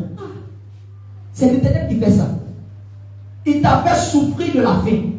Et il t'a nourri de la manne. Il t'a nourri de la manne. Que tu ne connaissais pas. Que tu ne connaissais pas. Et que n'avait pas connu tes pères. Et que non plus n'avait pas connu tes pères. Afin de t'apprendre. Afin de t'apprendre Que l'homme ne vit pas de paix seulement. Que l'homme ne vit pas de paix seulement. Mais que l'homme vit de tout ce qui sort. Mais que l'homme vit de tout ce qui sort. De la bouche de l'Éternel. C'est-à-dire, tout ce que l'Éternel était en train de faire là, l'Éternel était en train de les humilier. L'Éternel a fait exprès pour faire mourir de faim, tant soit que le peuple d'Israël. C'était pour les apprendre que l'homme ne vit pas de paix seulement. Alléluia. Amen. Ne soyez pas seulement attachés encore au bien matériel. Ne soyez pas seulement attachés aux choses ici de cette terre, à votre travail. Il y a des personnes même qui refusent de venir à l'évangélisation. Pourquoi? Parce qu'ils ont un problème là à la maison. Ils ont la capacité de venir à l'évangélisation. Ils ont la capacité de venir. Même souvent, il y a des personnes qui ne viennent pas à l'église. Parce qu'il y a une situation qui leur est arrivée, qui les touche. C'est la raison pour laquelle ils refusent de venir au culte. Alléluia. Alléluia. Amen. Alléluia. Amen. Alléluia. Amen. Dieu te fait souvent brûler des faits pour pouvoir voir les dispositions de ton cœur. Alléluia. Amen. Dieu te fait souvent passer par des tribulations, par des épreuves, pour voir un peu comment tu vas réagir, pour voir si ta vie dépend de ça ou comment ta vie dépend de la parole. Un chrétien, c'est celui-là qui a soif du Seigneur. Un chrétien, c'est celui-là qui a soif de la parole. C'est-à-dire, toutes les choses peuvent arriver, mais il y a le simple fait que tu n'es pas dans la présence de Dieu, malgré tout ça, il y a un manque. Cela signifie que tu as compris que ta vie ne dépend pas des choses terrestres, ne dépend pas des choses matérielles, mais que ta vie dépend de la parole de Dieu. Alléluia. Alléluia. Amen. Alléluia. Amen. Alléluia. Amen. Il faut que la foi qui en toi grandisse. Il faut que cette foi-là qui se trouve dans ton cœur, lorsque je parle de cette foi, je parle du Seigneur lui-même, c'est lui la foi. L'apôtre Paul dit, je souffre des douleurs de l'enfantement jusqu'à ce que Christ soit formé en vous. C'est-à-dire, lorsqu'on parle de la formation, il y a le temps où on ne parle que seulement, vous voyez, j'ai employé les termes les plus simples pour que tout le monde comprenne. Pour le bébé, il n'est que petit, après il va grossir un peu, jusqu'à ce que maintenant, on est carrément le bébé. Gloire à Jésus. Gloire à Jésus. Gloire à Jésus. Amen. C'est-à-dire, pour le moment, il y a une petite foi. Elle doit grandir. Elle doit grandir. Elle doit grandir. Et elle doit prendre toute la place. C'est ça la souffrance des hommes de Dieu. C'est ça la souffrance. C'est ça la charge. C'est-à-dire, on prêche jour et nuit. On vous enseigne, on encadre. Pour que cette foi, cette foi qui nous est communiquée par l'évangile, par la parole, elle puisse prendre dans votre cœur toute la place. Alléluia. J'insiste là-dessus. J'insiste là-dessus. Alléluia. Alléluia. Alléluia. Abraham, il était là. Il était désespéré. Mais l'Éternel a dit ceci à Abraham, je te donnerai un enfant. Abraham a eu la foi. La parole qui est entrée dans les oreilles d'Abraham, ça a produit en lui la foi. Abraham a patienté. Pendant combien d'années? Il avait 75 ans quand il sortait des charades. Oui. Jusqu'à 100 ans, on a 25 ans. Bon, maintenant, on ne connaît pas les années avant ça, puisqu'il a connu sa femme depuis longtemps. Exactement. Imaginez tout ce temps-là. Lorsqu'Abraham a entendu la part de l'Éternel, l'Éternel a dit à Abraham, tu auras un enfant, mais la foi, c'est l'air resté. Gloire à Jésus. Gloire à Jésus. Laisse-moi te dire aussi que quelque part le Seigneur t'a promis un travail. Quelque part le Seigneur t'a promis le mariage. Quelque part le Seigneur t'a promis un enfant. Bien aimé, laisse-moi te dire que lorsque le Seigneur donne une parole, cela finit toujours par s'accomplir. Alléluia. Je n'ai jamais vu un Dieu. Si un Dieu te donne une prophétie, il te donne une parole, il te donne quelque chose, et cette chose ne s'accomplit pas, sache que ce n'est pas l'Éternel qui a parlé. Lorsque Dieu parle, il y a forcément accomplissement. L'Éternel a donné la vision à Joseph. Il dit, Joseph, regarde, tes frères, ton père, ta mère se prosterneront devant toi. Il a donné la vision, il a donné la prophétie, il a donné la promesse. Mais regardez le nombre d'années qui s'est écoulé avant l'accomplissement de cela. Gloire à Jésus. Gloire à Jésus. Lorsque ce temps-là tue, lorsque ce temps-là qui est en train d'être accompli, sache que le Seigneur est en train de faire cela pour un temps de préparation. Cela n'est rien d'autre qu'un temps de préparation pour toi. Comment? Il est parti en prison après la prophétie. Bien sûr. Après la prophétie, même il est parti en prison. Regardez le chemin que le Seigneur a fait passer à Joseph. Alléluia. Alléluia. Alléluia. Cela peut tarder. Mais le Seigneur Jésus est en train de préparer pour toi un grand témoignage. Il faut que tu continues aussi toujours de garder la foi. Alléluia. Alléluia. Alléluia. Alléluia. Amen. La foi, c'est aussi ce qui est entré, regardez, c'est aussi ce qui est entré dans les oreilles de Sarah. Lorsque l'Éternel a parlé, Sarah a commencé à rire. C'est-à-dire, premièrement, Sarah n'avait pas cru. Mais l'Éternel, il est fidèle. Il a dit l'année prochaine, Sarah aura un enfant. Moi, je bénis Dieu. Et ce qu'en réalité, dans la révélation, nous savons que Isaac, en réalité, n'est pas ni le fils d'Abraham, ni le fils de Sarah. Mais nous croyons que Isaac, c'est le fils de l'Éternel lui-même. Alléluia. Alléluia. Parce que Sarah était déjà vieille. Abraham était déjà vieux. Mais qu'est-ce qui s'est passé là?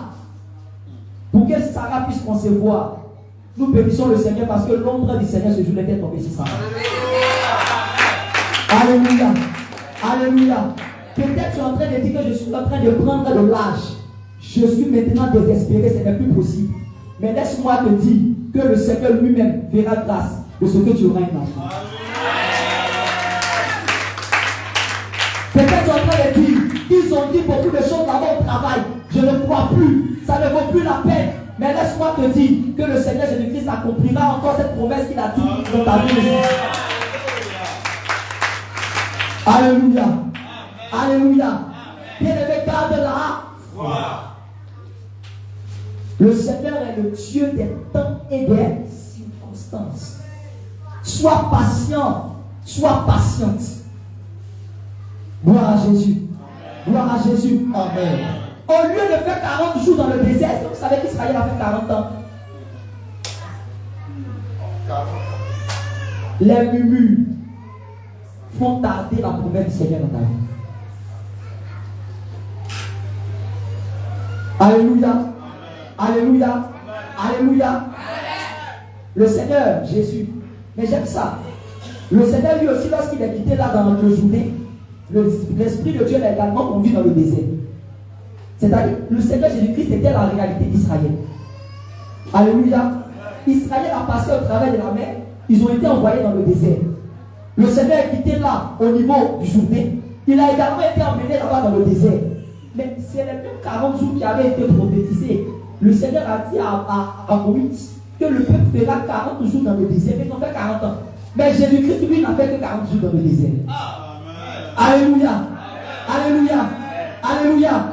C'est pour dire quoi? Le Seigneur t'a donné le bel exemple pour te dire, lorsqu'une promesse est prévue, a été annoncée sur ta vie, arrête de murmurer. Les murmures font tarder les promesses du Seigneur dans ta vie. Je te le dis en vérité. Alléluia. Alléluia. Alléluia. Dès maintenant, dès aujourd'hui, lorsque tu sortiras, va demander pardon au Seigneur. Parce que le Seigneur t'avait promis quelque chose. Il t'a dit que cela s'accomplira. Il t'a même dit que cela n'était pas lui.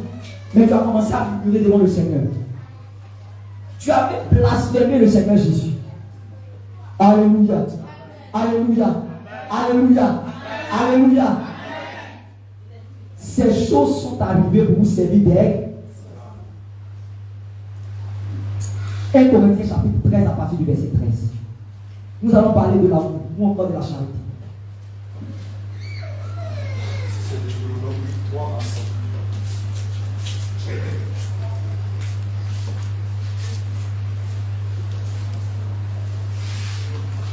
1 Corinthiens chapitre 13 à partir du verset 3. 1 Corinthiens 13, 3. Verset qu'on a déjà donné à plusieurs reprises. Je le dis pour que vous sachiez où, qui et où on va. C'est pourquoi à chaque fois je ne fais que répéter cette écriture. Maintenant donc, ces trois choses demeurent. C'est-à-dire dans le temps de l'église, cette marche, pendant cette marche, ces trois choses-là demeurent. La foi, l'expérience, la charité. Et la charité. C'est-à-dire dans l'église du Seigneur, ce n'est pas seulement même au niveau, même dans l'église, ces trois choses-là doivent demeurer. C'est-à-dire au milieu même des frères, ces trois choses doivent demeurer. Lorsque les autres seront découragés, nous voulons voir des frères aussi aller les encourager par leur foi, parce que je te dis que la foi contamine. Alléluia. Alléluia. Il y a un frère qui sera découragé à côté de toi, mais simplement à cause du fait que tu passes vers lui, tu dis bien, mais tiens bon, tu commences à l'encourager. Cette foi que tu as en lui, elle sort sous la forme de parole, et cette parole-là qui sort entre dans le cœur et produit également la foi. Alléluia. Alléluia. Alléluia. La Bible maintenant nous parle de la charité ou encore de l'amour. Deutéronome, chapitre, non plutôt, 1 Corinthiens chapitre 13, avant d'arriver sur Deutéronome, 1 Corinthiens chapitre 13, à partir du verset 1 jusqu'au verset 3. Nous avons cherché à comprendre c'est quoi l'amour. Bien aimé, je veux que vous soyez attentifs. Parce que pendant que j'étais en train de préparer le message, il y a eu beaucoup de choses. Le deuxième chapitre, l'autre, ça c'est derrière. Lorsque j'étais en train de préparer le message, le Seigneur a beaucoup attiré mon attention sur ça, l'amour. Alléluia. Alléluia. Je vais vous le dire en vérité. La foi et l'espérance, j'ai profité pour pouvoir le donner à l'église parce que c'est très important, c'est vrai. Mais cette foi, en ce qui concerne la foi et l'espérance, c'est plus essentiel pour les personnes qui sont caractérisées d'agneaux. Un jour j'en ai parlé. Lorsqu'on parle de l'église, il y a ceux-là qui sont considérés comme les agneaux, il y a ceux-là qui sont considérés comme les brebis.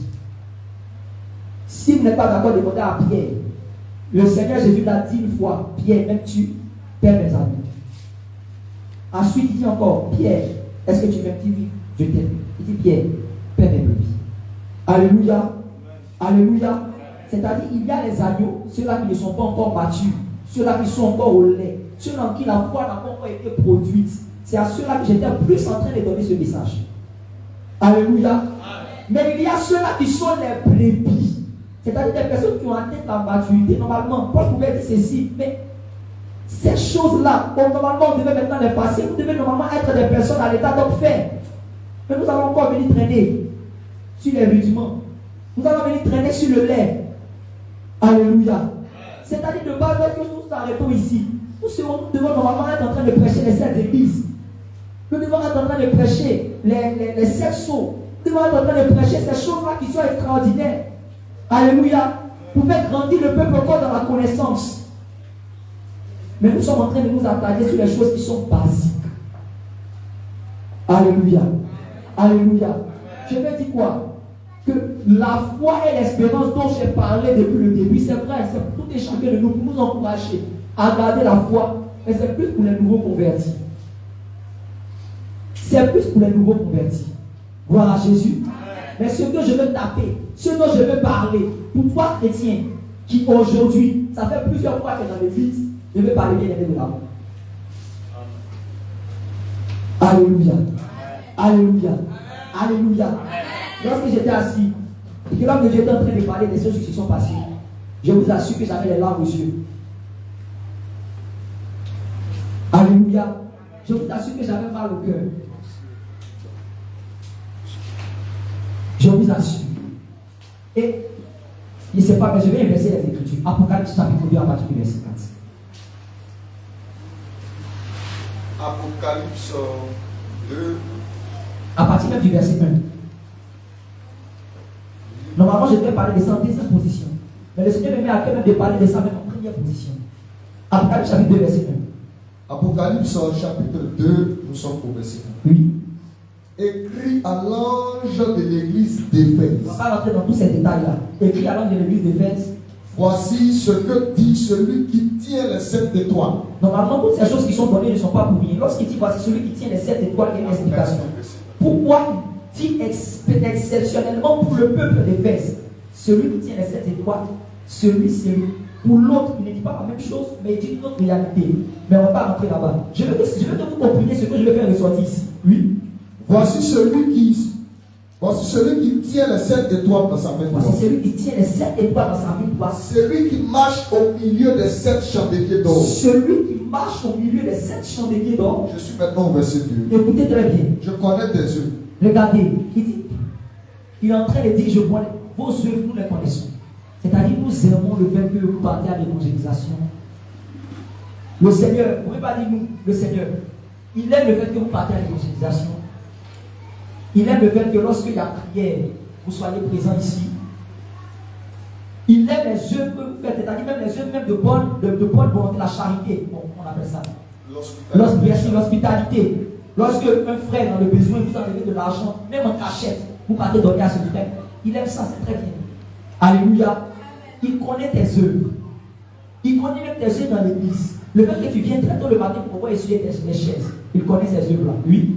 Ton travail Il connaît ton travail. et ta persévérance. Il connaît même ta persévérance. Alléluia. Alléluia. Amen. Alléluia. Amen. C'est-à-dire même la persévérance. Le Seigneur connaît cela. Il sait que dans ton cœur, tu espères fortement entrer au ciel. Il connaît ça. Il sait que dans ton cœur, tu espères un jour voir Dieu. Il connaît ça. C'est pourquoi je dis que s'il y a la foi, l'espérance et qu'il n'y a pas l'amour, cela ne sert à rien. Gloire à Jésus. Amen. Parce qu'en réalité, ce n'est pas une vraie foi. Parce qu'en réalité, ce n'est pas une espérance qui est fondée. Gloire à Jésus. Gloire à Jésus. Gloire à Jésus. Gloire à Jésus. Il connaît même ta persévérance. Regardez ce qu'il va dire ensuite. Je sais que tu ne peux supporter les méchants. Je sais même que tu ne peux supporter les méchants. Et que tu as éprouvé ceux qui se disent apôtres. C'est-à-dire même lorsque les personnes viennent avec de fortes doctrines, tu es champion dans le débat. Alléluia. Tu as éprouvé ceux qui se disent apôtres et qui ne le sont pas. Alléluia. C'est-à-dire qu'il y a des personnes qui vont venir là face à toi. Je bénis le Seigneur pour la vie de l'homme de Dieu Pierre. Je bénis le Seigneur pour la vie de l'homme de Dieu Abraham qui vous donne ici la nourriture solide. Lorsque vous entendez ces choses, vous êtes assis en ce qui concerne la parole.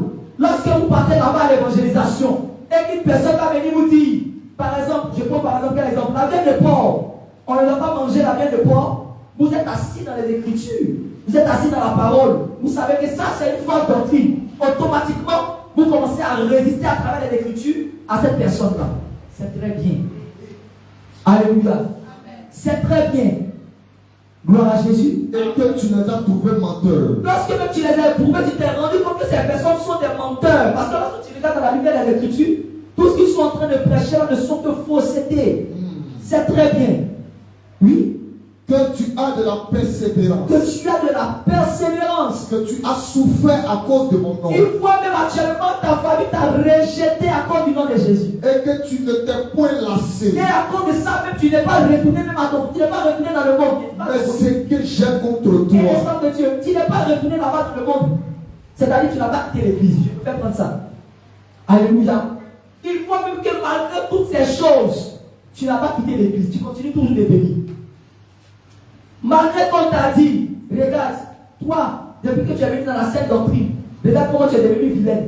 Depuis que tu es venu dans la saine doctrine, regarde comment tu as maigri. Depuis que tu es venu dans la saine doctrine, regarde depuis que tu ne te maries pas. Depuis que tu es venu dans la saine doctrine, regarde tu n'as plus de copains. Depuis que tu es venu dans la saine doctrine, regarde comment tu es devenu. Mais malgré cela, tu entends, tu es toujours dans la présence du Seigneur. Quand quelqu'un pouvait dire propre, c'est bien. Alléluia. Amen. Alléluia. Amen. C'est très bien tout ça. Mais regarde ce qu'il dit ensuite. Mais ce que j'ai contre toi. L'église de fête est la réalité de l'église de Pécherville. C'est que. Vous ne pouvez pas dire l'église de Pécherville est la réalité de l'église de fête. Voilà. Alléluia. C'est que. Mais ce que j'ai contre l'église de Pécherville, c'est que tu as abandonné ton premier amour. C'est que tu as abandonné ton premier amour. Souviens-toi donc d'où tu es tombé. Répands-toi et pratique tes premières œuvres. Alléluia. Amen. J'aimerais déjà dire que le premier amour s'est manifesté à la croix. Lorsque nous sommes en train de parler du premier amour, je vais parler premièrement du premier amour comme notre Seigneur Jésus. C'est lui qui est le premier amour. Parce que nous l'aimons, parce qu'il nous a aimés. Alléluia. Lorsque je suis en train de parler du premier amour, avant même de pouvoir toucher les autres points du premier amour, je veux toucher d'abord le premier amour comme étant Christ lui-même. Plusieurs personnes ont abandonné le premier amour. Alléluia. Alléluia. Alléluia. Alléluia. Le Seigneur Jésus-Christ lui-même, il est l'amour. Mais toi, en qui dit que l'Esprit de Dieu habite, l'amour de Dieu n'habite pas en toi. Comment peux-tu prétendre que tu es Dieu alors que tu es ton frère? Comment? Alléluia. Amen. Dieu que tu ne vois pas, tu prétends l'aimer, mais le frère là que tu vois là devant toi, celui-là qui était fait à l'image de Christ, tu ne l'aimes pas. Bien-aimé, laisse-moi te dire que tu n'aimes pas le Seigneur Jésus.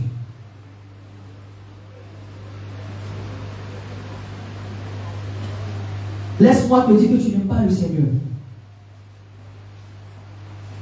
Je me rappelle lorsque nous étions nouveaux dans la Sainte Doctrine. Je me rappelle lorsque nous sommes venus nouvellement. Nous avons connu le Seigneur. La chaleur, l'amour, la communion fraternelle. Je me rappelle. Lorsqu'on vient à l'église, on n'a pas envie de revenir à la maison. Lorsqu'on voit les frères, on est content. Je me rappelle lorsqu'on a débuté le culte, on a débuté les cultes au niveau de l'église d'André. On faisait au début les cultes dans les maniocs, pour ceux qui au début étaient avec nous. On faisait là-bas les cultes. On était 6. Lorsqu'on finissait les cultes, on marchait ensemble, on achetait du pain à la boulangerie.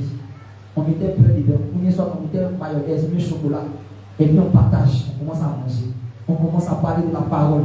Chacun commence à raconter ses expériences qu'il a vécues en semaine. Chacun commence à raconter comment le Seigneur Jésus-Christ est manifesté dans un bus pendant qu'il était en train de prêcher. Des personnes ont été touchées, l'onction est tombée sur telle personne. Ce temps-là, la chaleur qui existait dans l'église. Une église est forte lorsqu'il y a l'amour.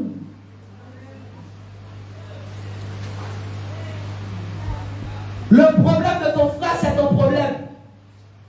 Le problème de ta soeur, c'est ton problème. Lorsqu'un frère a commis un péché et qu'une personne commence à le réprimander d'une mauvaise manière, l'amour, c'est-à-dire ce qui va marquer même le frère, c'est que tous les autres frères vont venir et vont dire cette manière de parler à ce frère-là n'est pas normale. Alléluia. Alléluia. Alléluia. Alléluia. Lorsqu'on voit ça, on voit l'union, on voit l'amour. Dieu a du mal à descendre le plus souvent dans l'église parce qu'il n'y a pas l'amour dans le cœur des frères et des sœurs. Alléluia. Chacun cherche à dominer. Chacun cherche à se montrer. Chacun cherche à montrer qui il est. Chacun est dans son coin. Alléluia. Alléluia. Lorsque Dieu bénit un frère, on cherche à piéger le frère pour le faire tomber. Dans l'église de Dieu, là où il y a l'amour, lorsque Dieu bénit un frère, toute l'église doit bénir le Seigneur. Toute l'église doit l'élever. Alors, je crois que tu as acclamé le Seigneur Jésus. Bien, on n'est pas dans la Jésus. Acclame le Seigneur Jésus. Alléluia.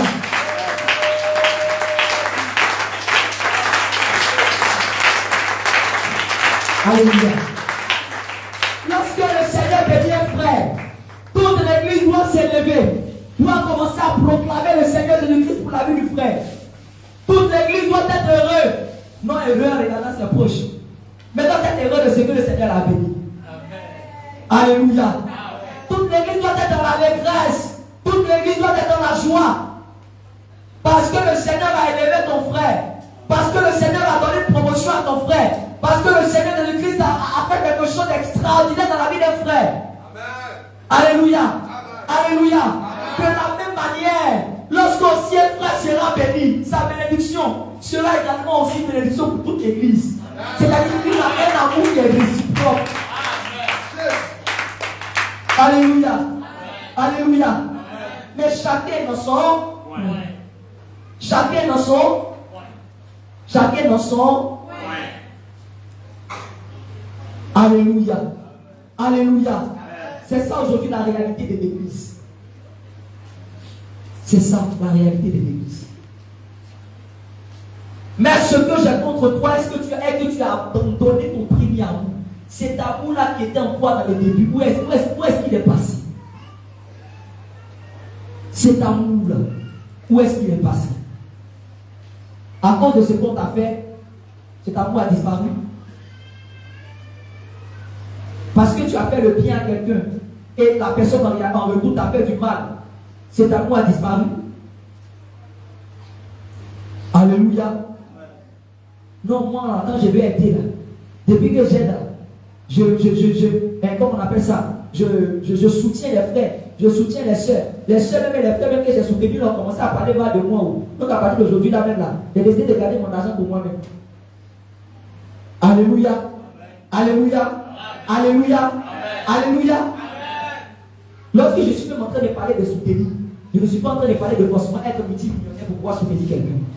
Même des 200 peuvent soutenir un frère. Alléluia. Il faut qu'il y ait la Bible dit que les apôtres demeuraient dans la communion fraternelle. Ils demeuraient dans la prière, dans la fraction du pain. Ils demeuraient dans l'enseignement des apôtres. Cette communion fraternelle, on va la sentir dans l'église. On va la sentir au milieu des enfants de Dieu. S'il n'y a pas l'amour ici, mais ici, comme l'homme de Dieu est en train de dire, mais s'il n'y a pas l'amour ici, il y aura l'amour. Les païens même, on voit plus l'amour au milieu des païens même qu'au milieu des chrétiens. Bien aimé, c'est déplorable, bien aimé, c'est triste. Alléluia. Alléluia. Alléluia. Regardez, l'homme de Dieu a touché un point vraiment quand il m'a touché. Écoutez-moi très bien. Lorsqu'une personne, un frère, une soeur, a mis des vernis et vient s'apprête à rentrer dans l'église, ne le voyez pas en sorcier. Ne le voyez pas en Satan. Ne la voyez pas, excusez. Ne la voyez pas en sorcière. Ne la voyez pas en Satan. Prenez-la juste à côté. Commencez à lui parler avec douceur. Alléluia. Je parle là surtout au service d'ordre et au moment. Prenez cette personne-là à côté. Commencez à lui parler, à lui expliquer les réalités. Commencez à lui parler des choses que Dieu n'aime pas. Commencez à lui parler avec douceur. Avec intelligence, en lui montrant d'ailleurs même les dangers qui sont cachés derrière ces choses-là. Avec simplicité. Mais là, tu vois la soeur, venez maintenant ici, va chez toi à la maison, soit tu enlèves tes venir, soit tu retournes chez toi, ici, là, soit tu prends, soit tu laisses. De toute façon, c'est pas tout le monde qui est pour sauver. Alléluia. Alléluia. Alléluia. Alléluia. Ce n'est pas ça. L'amour aussi se cache dans la manière. À travers ton acte, à travers ton attitude, on sent l'amour en toi. Gloire à Jésus. Gloire à Jésus. Gloire à Jésus. Gloire à Jésus. Oui, il est bien vrai. C'est totalement une réalité. Dans l'église du Seigneur, le Seigneur ne permet pas qu'il y ait des choses qui ne le glorifient pas là dans sa présence, dans sa maison. Et cela même est bien écrit dans le livre de Timothée, chapitre 2, verset 9. Ce livre de Timothée 2, verset 9 que vous lisez à longueur de journée. Je veux aussi que les femmes vêtues d'une manière décente soient vêtues d'une manière décente avec pudeur et modestie. Mais le contexte dans lequel cela était écrit, c'est l'apôtre Paul qui est en train de dire à Timothée, voici les recommandations que tu dois donner à tous ceux-là qui sont établis sur les églises. Lorsque vous lisez le livre de Timothée chapitre 1, et après vous revenez maintenant au livre de Timothée chapitre 2 à partir du verset 9. C'est-à-dire les recommandations du fait qu'on ne doit pas avoir dans l'église des vernis, des mèches. Ce sont des recommandations qui ont été imposées à l'église. Lorsque vous prenez une soeur, vous voyez cette soeur en train de venir avec des mèches, en train de venir avec des maquillages, vous la prenez à côté. Vous commencez à lui parler. Ah, en fait, ici.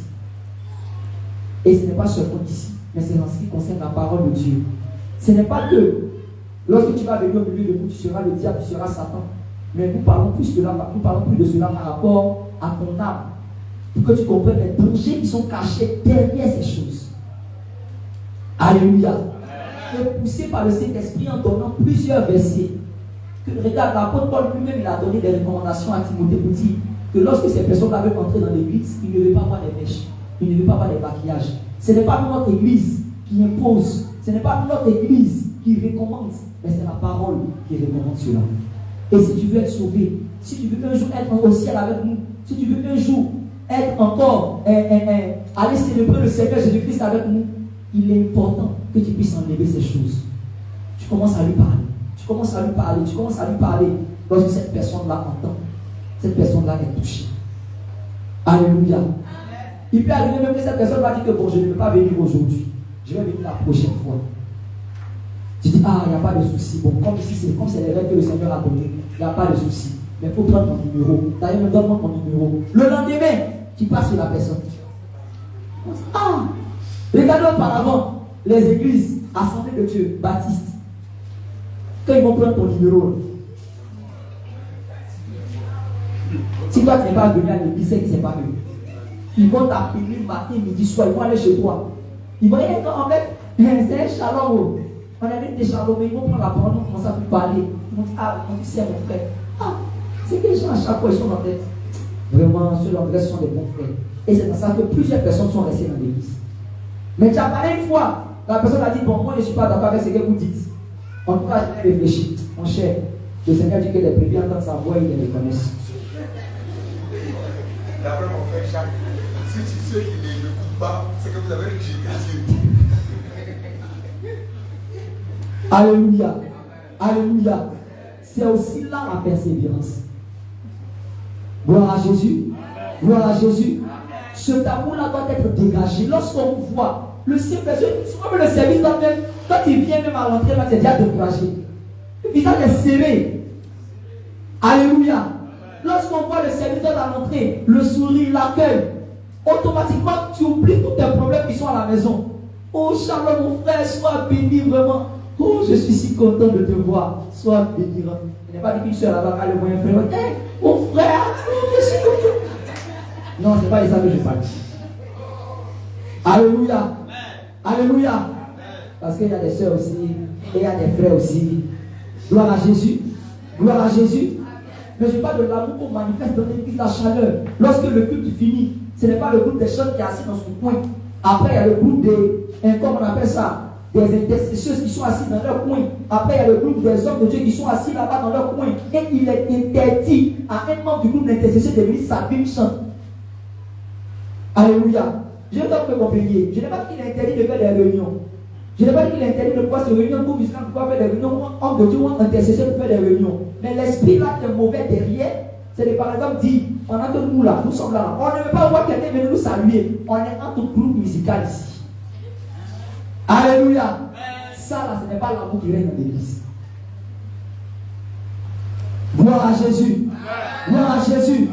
Gloire à Jésus. Beaucoup de personnes ont abandonné le premier amour.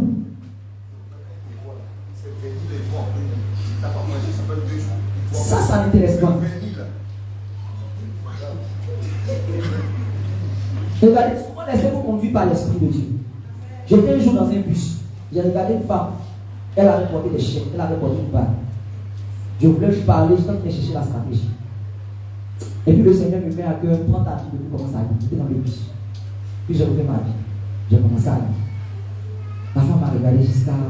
C'était une femme mariée. Quand tu regardes. Quand tu la regardes, tu sais qu'elle est pratiquement nantie, mais ça ressemble aux gens souvent qui sont pratiquement trop humbles. Ils sont nantis, mais ils ont décidé quand même de pouvoir prendre le bus ou encore ils s'en foutent. Elle dit, tu es petit. Je dis, oui, non, je suis petit. Elle commence à me battre. Je vois que dans une bus où tout le monde a son téléphone en train de manipuler, tu es en train de prendre ta vie, en train de dire, tu es vraiment une modèle. Elle dit, tu es en train de dire quoi? Je dis, je suis en train de lire tel verset. J'ai commencé à parler, j'ai commencé à parler, j'ai commencé à parler. Ce jour-là, je n'ai pas parlé des péchés. J'ai parlé de la restitution. Alléluia. Alléluia. Ce jour, je n'ai pas parlé de mèche à cette dame. Elle avait mis des bijoux. Elle avait mis des mèches. Ça l'a touché tellement. Elle dit, mais c'est que tu me dis, c'est ma vie. Ce dont tu es en train de parler, c'est ma vie. Et on s'est séparés sur restitution.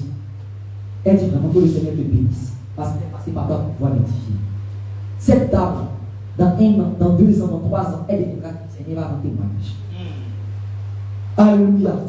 Alléluia. Il y a des personnes qui, ce n'est pas tout de suite sans doute, qui vont donner leur vie à Jésus. C'est sans doute quelques années plus tard. Mais lorsque même tu les rencontres, le Seigneur a besoin que tu fasses sortir une parole là quelque part qui va pouvoir les toucher ou qui va pouvoir les édifier. Ou qui va pouvoir apporter un certain changement dans leur vie. Ou quelques années après, ce soit un témoignage. Alléluia. Il y a des personnes également, lorsque tu vas rencontrer le besoin qui va se faire savoir, le Seigneur va vouloir que tu puisses leur parler du dépouillement.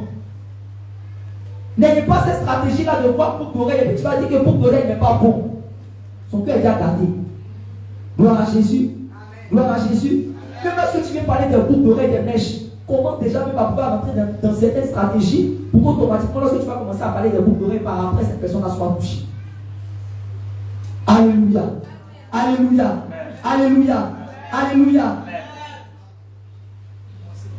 Il y a des personnes qui sont, je vous assure, il y a des personnes qui sont venues à la sainte doctrine, qui sont même au niveau de l'église d'Angleterre, qui sont venues à l'église, dans la sainte doctrine, qui se sont dépouillés. On n'a pas commencé la prédication par les mèches.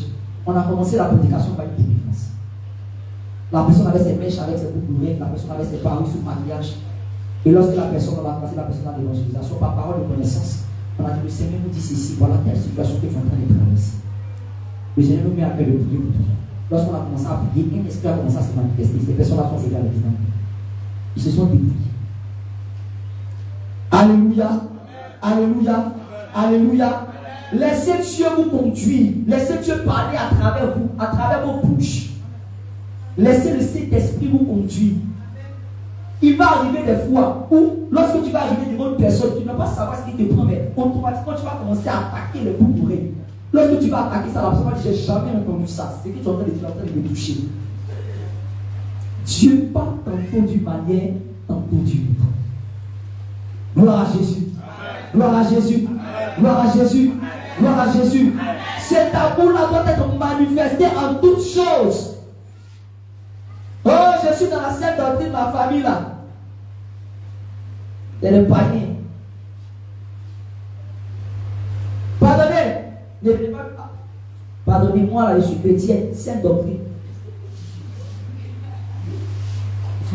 Alléluia. Ah.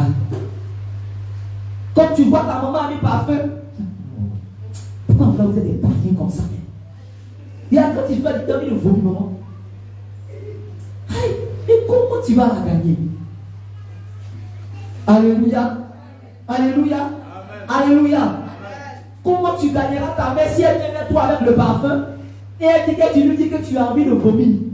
Comment tu peux gagner cette maman? Alléluia. Alléluia. Alléluia. Ton premier témoignage doit être d'abord toi-même ta vie. Lorsque ta mère va te regarder, elle va dire oui, tu es un chrétien. Un jour, ma maman m'a dit ceci. Parmi tous mes enfants, je me rends compte que tu es le seul qui a réussi. Oh, ce jour-là, ça m'a touché.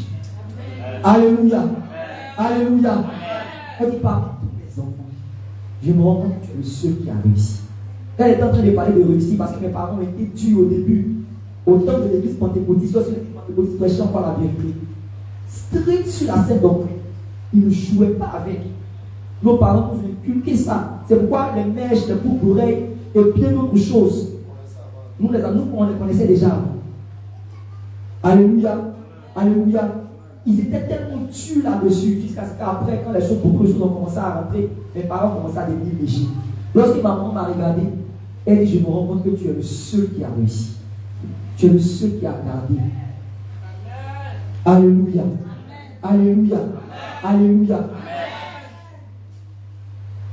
Mais si je venais à chaque fois faire boxer ma maman, oh, laisse, vous les païens comme ça là. Est-ce qu'elle pourrait dire ça un jour? Souvent, on est au salon, ma maman a attaché une pack là ici. Tu as dit, oh, c'est quoi ça, maman? Pourquoi tu es païenne comme ça? Alléluia. Comment peut-elle être convertie lorsque tu es en train de parler de cette manière-là? Mais tu peux la toucher lorsque tu vas apprendre après le côté. Tout le monde dehors. Alléluia. L'amour dans l'église et dans le cœur. Cela doit être manifesté et dans l'église et dans le cœur. Gloire à Jésus. On va terminer rapidement. Le livre de 2 Jean. 2 Jean chapitre 1 verset 6. Et le livre de Deutéronome chapitre 8 verset 2. 2 Jean. 2 Jean chapitre 1 verset 6. 2 Jean 1 verset 6. Et même lorsque je vais parler du premier amour, il y a des personnes qui ont abandonné le premier amour. Pourquoi? Parce qu'il y a des hommes ici, il y a des femmes qui étaient des hommes et des femmes de prière. Mais aujourd'hui, plusieurs se sont éteints. La cause première, c'est le téléphone. Alléluia. Alléluia. Amen. Alléluia. Amen. La cause première, c'est WhatsApp. La cause première, c'est Facebook, TikTok. Regardez comment des chrétiens, une personne qui dit avoir le Saint-Esprit en elle, par contre une personne disant avoir le Saint-Esprit en elle, lorsque tu entends Balthazar, voilà ce qui se passe. Toi tu cherches à aller regarder ce que Balthazar a fait, les vidéos de Balthazar. Il faut les exhorter parce que nous, ça fait mal. Alléluia. Alléluia. Voilà, c'est aussi, il y a un phénomène actuellement qui se passe sur Facebook. Et ce phénomène-là, c'est un certain Balthazar. C'est un démon cher qui est sorti avec plusieurs femmes mariées. Plus de 400 femmes mariées. Et il a filmé leur acte sexuel, il balance ça sur les réseaux sociaux. Et toi, tu as entendu, ils ont expliqué qu'est-ce qui se passe. Toi, tu vas aller chercher les vidéos là pour pouvoir bien comprendre ce qu'il a fait.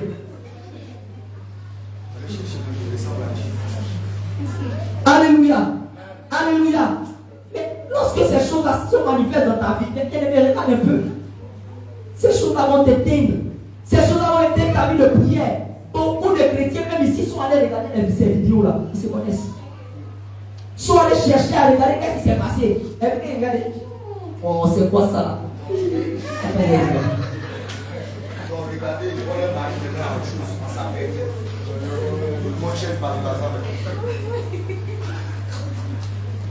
Alléluia. Alléluia. Oh, c'est que je dis tout ça. C'est quoi ça? Balthazar.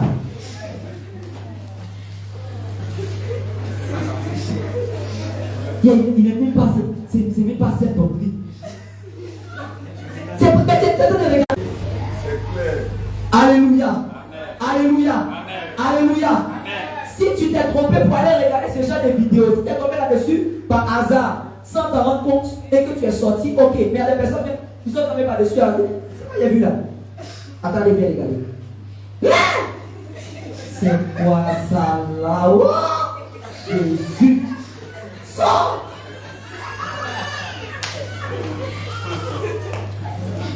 Alléluia. Alléluia. Amen. Alléluia. Amen. D'autres disent en soi-même, bon, je vais prendre ça pour aller édifier un frère. Mais ça là, tu vas édifier qui? Je pense que c'est pour les inciter. Non, en fait, moi j'ai regardé, en fait, c'est pour dire aux gens de ne pas aller regarder. Alléluia. Ça existe dans l'église. On a vu plusieurs, c'est parce qu'on veut dire les noms. Alléluia. Alléluia. Alléluia. Le Seigneur est en train de parler au cœur de quelqu'un ici. Les vies de prière se sont éteintes à cause du fait que l'homme aujourd'hui soit attaché aux réseaux sociaux. Plus tu es en train d'être attaché aux réseaux sociaux, plus ta vie de prière devient morte. Plus ta vie de jeûne devient morte. Alléluia. Plus ta vie de méditation devient morte, ta vie de consécration devient morte. Pourquoi? La raison, tu as abandonné ton premier amour. Ton premier amour, c'est la prière. Lorsque tu te lèves le matin, que ton petit déjeuner, ton premier petit déjeuner, que ce soit la parole, ton premier petit déjeuner, c'est quoi? C'est Balthazar. Alléluia. Ton premier petit déjeuner, c'est pour aller regarder les scores de football. Ton premier petit déjeuner, c'est d'aller te connecter sur WhatsApp. Après, voici le frère là, on envoyé un message. Alléluia. Alléluia. Alléluia. Lorsque tu te réveilles, la première des choses, ça doit être ta prière, ça doit être ta méditation. La première des choses, c'est-à-dire, la Bible dit que tout ce qui est vrai, que tout ce qui est pur, que tout ce qui mérite l'approbation, que tout ce qui est digne de louange soit l'objet de votre pensée. C'est-à-dire, lorsque vous levez premièrement le matin, vous l'objet de votre pensée, c'est WhatsApp, c'est Facebook, c'est TikTok. Alléluia. Alléluia. Alléluia. Alléluia. C'est-à-dire, Jésus-Christ, ce n'est pas pour toi le premier amour, mais le premier amour pour toi, c'est quoi maintenant? C'est devenu quoi maintenant? C'est devenu WhatsApp. C'est devenu Facebook. Tu as abandonné celui-là que tu as connu premièrement. Au début, lorsque tu es venu dans le réveil, prière, jeûne, Oh Seigneur, je veux grandir avec toi. Je veux devenir. Oh, le Seigneur, on dit évangélisation du coup. Tu es le premier. On dit évangélisation à 15h, à 17h. Toi, tu es là depuis 15h. Aujourd'hui, lorsqu'on dit évangélisation est à 17h, tu arrives à 20h. Après, regardez même dans le direct, là, ils sont combien de personnes là-bas? Ouh, ils ne sont même pas nombreux. Le docteur a pas son qui est là-bas. Et c'est pas bien, ils sont là-bas. Alléluia. Lorsque tu regardes le culte, attends, regardez s'ils sont nombreux à la cellule. Un culte du soir. Tu vois? Ils ne sont pas nombreux aujourd'hui. Hein. Et puis c'est Moïse qui prêche. C'est pour venir encore parler, encore s'il y a publicité. Attends, restez à la maison. Moïse veut venir prier sur vous. C'est lui qui est resté chez moi à la maison.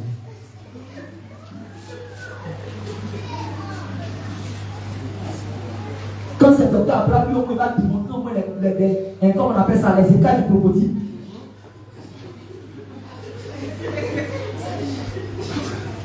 Alléluia.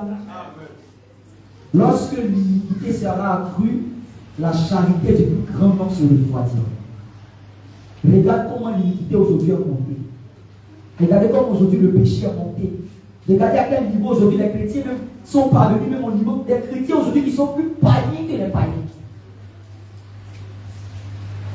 Alléluia. Alléluia. Alléluia. J'ai envie de dire au peuple de Dieu, répandons-nous. Même souvent, nous les prédicateurs, lorsque nous venons prêcher, c'est le jour que nous voulons prêcher, même que nous prenons la Bible pour pouvoir méditer. Un prédicateur. D'autres chrétiens, c'est le jour qu'ils savent qu'ils vont venir à l'église. C'est là le dimanche matin, là, le jour des saints. Visage serré.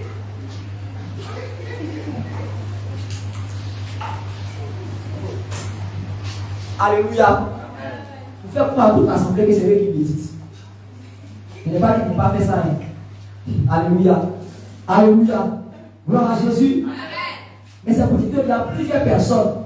Ce n'est qu'ici dans la présence de Dieu qui viennent méditer. Mais à la maison, tu fais quoi? Non, il y a le travail. Non, il y a le travail. Quand il fait ici le physique, tu travailles, il n'y a pas un jour tu peux faire sans pouvoir prendre ton téléphone. Alléluia. Lorsque par moment, je n'ai pas terminé par là par rapport à ce petit point-là, et on va terminer par 2 gens. Lorsque par moment, écoutez, lorsque par moment, tu n'as rien à faire, par exemple, tu es au travail, tu n'as rien à faire, pourquoi pas ne pas prendre peut-être un verset pour pouvoir méditer là-dessus? Pourquoi tes moments de pause ne peuvent pas être des moments de méditation? Pourquoi? Alléluia. Alléluia. Amen. Pourquoi quelques petits moments de pause ne peuvent pas être des moments où tu es assis, toi, dans ton coin, et tu commences à penser à ta vie? Oh Jésus, est-ce que si tu veux que je serai en vie? Seigneur, si tout de suite là je sors, une fois que tu me colles, je meurs, est-ce que je vais aller au ciel? Parce que actuellement on va sortir de l'église, on va sortir de l'église. C'est une réalité. Alléluia. Amen. Alléluia. Amen. C'est une réalité. C'est pas sorcier, c'est Dieu même qui a voulu ça. La Bible nous dit que, qui ça, il s'appelle comment? Isaac. Il ne sait pas si c'est Isaac ou bien qu'il est mort de la maladie dont il souffrait. Je sais le Seigneur, si je meurs, je vais au ciel. Alléluia. 2 Jean chapitre 1, verset 6. 2 Jean 1, verset 6. On termine par là. Et une personne qui a marché selon les commandements de Dieu, a marché selon sa parole. Tu ne peux pas prétendre aimer Dieu et ne pas marcher selon ce qu'il dit. Je me rappelle de ce verset, il est dit ici que si tu viens faire une offrande et que tu te rappelles que ton frère a quelque chose contre toi, dépose là ton offrande, va d'abord te réconcilier avec ton frère. Est-ce que vous savez que le frère ici, premièrement, dont il est en train de parler, c'était notre Seigneur Jésus? Alléluia. Alléluia. La Bible nous dit que nous sommes héritiers de Dieu pour héritiers de Christ. Tu ne peux pas prétendre venir offrir ton corps comme un sacrifice vivant à l'Éternel alors que l'Éternel est fâché contre toi, il a quelque chose contre toi. Ce qu'il a contre toi, c'est que tu as abandonné ton Seigneur. Alléluia. Alléluia. Nous avons dit tout à l'heure qu'Israël n'avait pas les 3 choses. Nous avons vu clairement dans le livre de Deutéronome. Il dit, souviens-toi de tout le chemin que l'Éternel t'a fait faire. Oui. Pendant ces 40 années dans le désert. Pendant ces 40 années dans le désert. Afin de t'humilier. Afin de t'humilier. De t'éprouver. Dans le but de pouvoir t'éprouver. Pour savoir. C'est-à-dire tout ce qui est en train d'être fait dans ta vie, c'est pour pouvoir savoir quelles étaient les dispositions de ton cœur. Quelles étaient les dispositions de ton cœur. Et si tu garderais. Et si tu garderais. Ou non. Ces commandements. On a lu tout à l'heure dans le livre de 2 Jean 1, verset 6. Que si vous m'aimez, gardez mes commandements. C'est-à-dire lorsque Dieu par moment est en train de te faire passer une épreuve, c'est pour voir si tu l'aimes. Alléluia. Alléluia. Il y a beaucoup de personnes qui sont revenues à leur vomi parce qu'ils sont en train de traverser des difficultés. Il y a plusieurs personnes qui sont retournées dans le péché, dans la masturbation parce qu'ils sont en train de traverser des difficultés. Alléluia. En quelque temps, lorsque le Seigneur verra réellement que tu es sincère dans le cœur, à nous tu peux nous blâmer. Mais là, le Seigneur est là où il voit. Automatiquement, le Seigneur enverra quelqu'un pour toi. Gloire à Jésus. Amen. Gloire à Jésus. Amen. Il y a même des personnes ici qui ont médité dans leur cœur de quitter l'église. Parce que depuis là dans l'assemblée, c'est toi qui m'épouseras. Je t'assure, le Saint-Esprit va passer par ton canal parce qu'il va aller chercher le mari de ta soeur.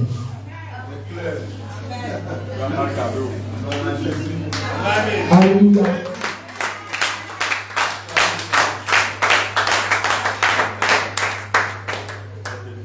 Il faut que lorsque tu t'en vas chercher une âme dehors, ce ne soit pas à cause du mariage. Pour que ce frère-là, et puis souvent, lorsqu'elle va évangéliser, elle regarde les personnes passer, elle dit non, lui là, c'est pas trop ça. Non. Elle va le faire. Comment tu vas? Et en fait, demain, tu parles de la Sainte Doctrine. Il commence à l'écouter, il commence à prendre son numéro, les deux commencent à poser bien. En tout cas, il faut donner ta vie à Jésus. Tu sais, le Seigneur Jésus est bon. Il dit, mais tu sais que moi, je t'aime. Oui. Tu sais. Et moi aussi, mais je veux d'abord que tu donnes ta vie au Seigneur. Lorsqu'il va venir dans la présence du Seigneur, le Seigneur va le changer radicalement. Il va enlever les publicités dans son cœur et il va le faire voir une soeur là-bas qui est convertie. Et il va utiliser cette soeur. Alléluia. Alléluia. C'est pourquoi si ces désirs-là sont déjà dans ton cœur, il faut que tu puisses l'enlever. Lorsque tu sois évangélisé, il faut que ce soit pour que cette personne-là, son âme soit gagnée sans arrière-pensée. Au nom de Jésus. Il est bon, tu l'évangélises. Il est vilain, tu l'évangélises. Il est grand, tu l'évangélises. Il est fou, tu l'évangélises. Alléluia. Alléluia. C'est de ça qu'il est question. Le Seigneur a besoin de ces choses. Il regarde les dispositions de ton cœur. Il regarde ton cœur, ton cœur, ton cœur. Le Seigneur connaît le cœur de chacun de nous. Lorsqu'il est en train de te faire passer souvent cette tribulation, il veut voir si tu l'aimes réellement. Il veut voir si tu ne l'aimes pas à cause des miracles. Il veut voir si tu ne l'aimes pas à cause du travail qu'il t'a donné. Il veut voir si tu l'aimes à cause du travail qu'il t'a donné. Il veut voir si tu l'aimes à cause du mariage qu'il t'a donné.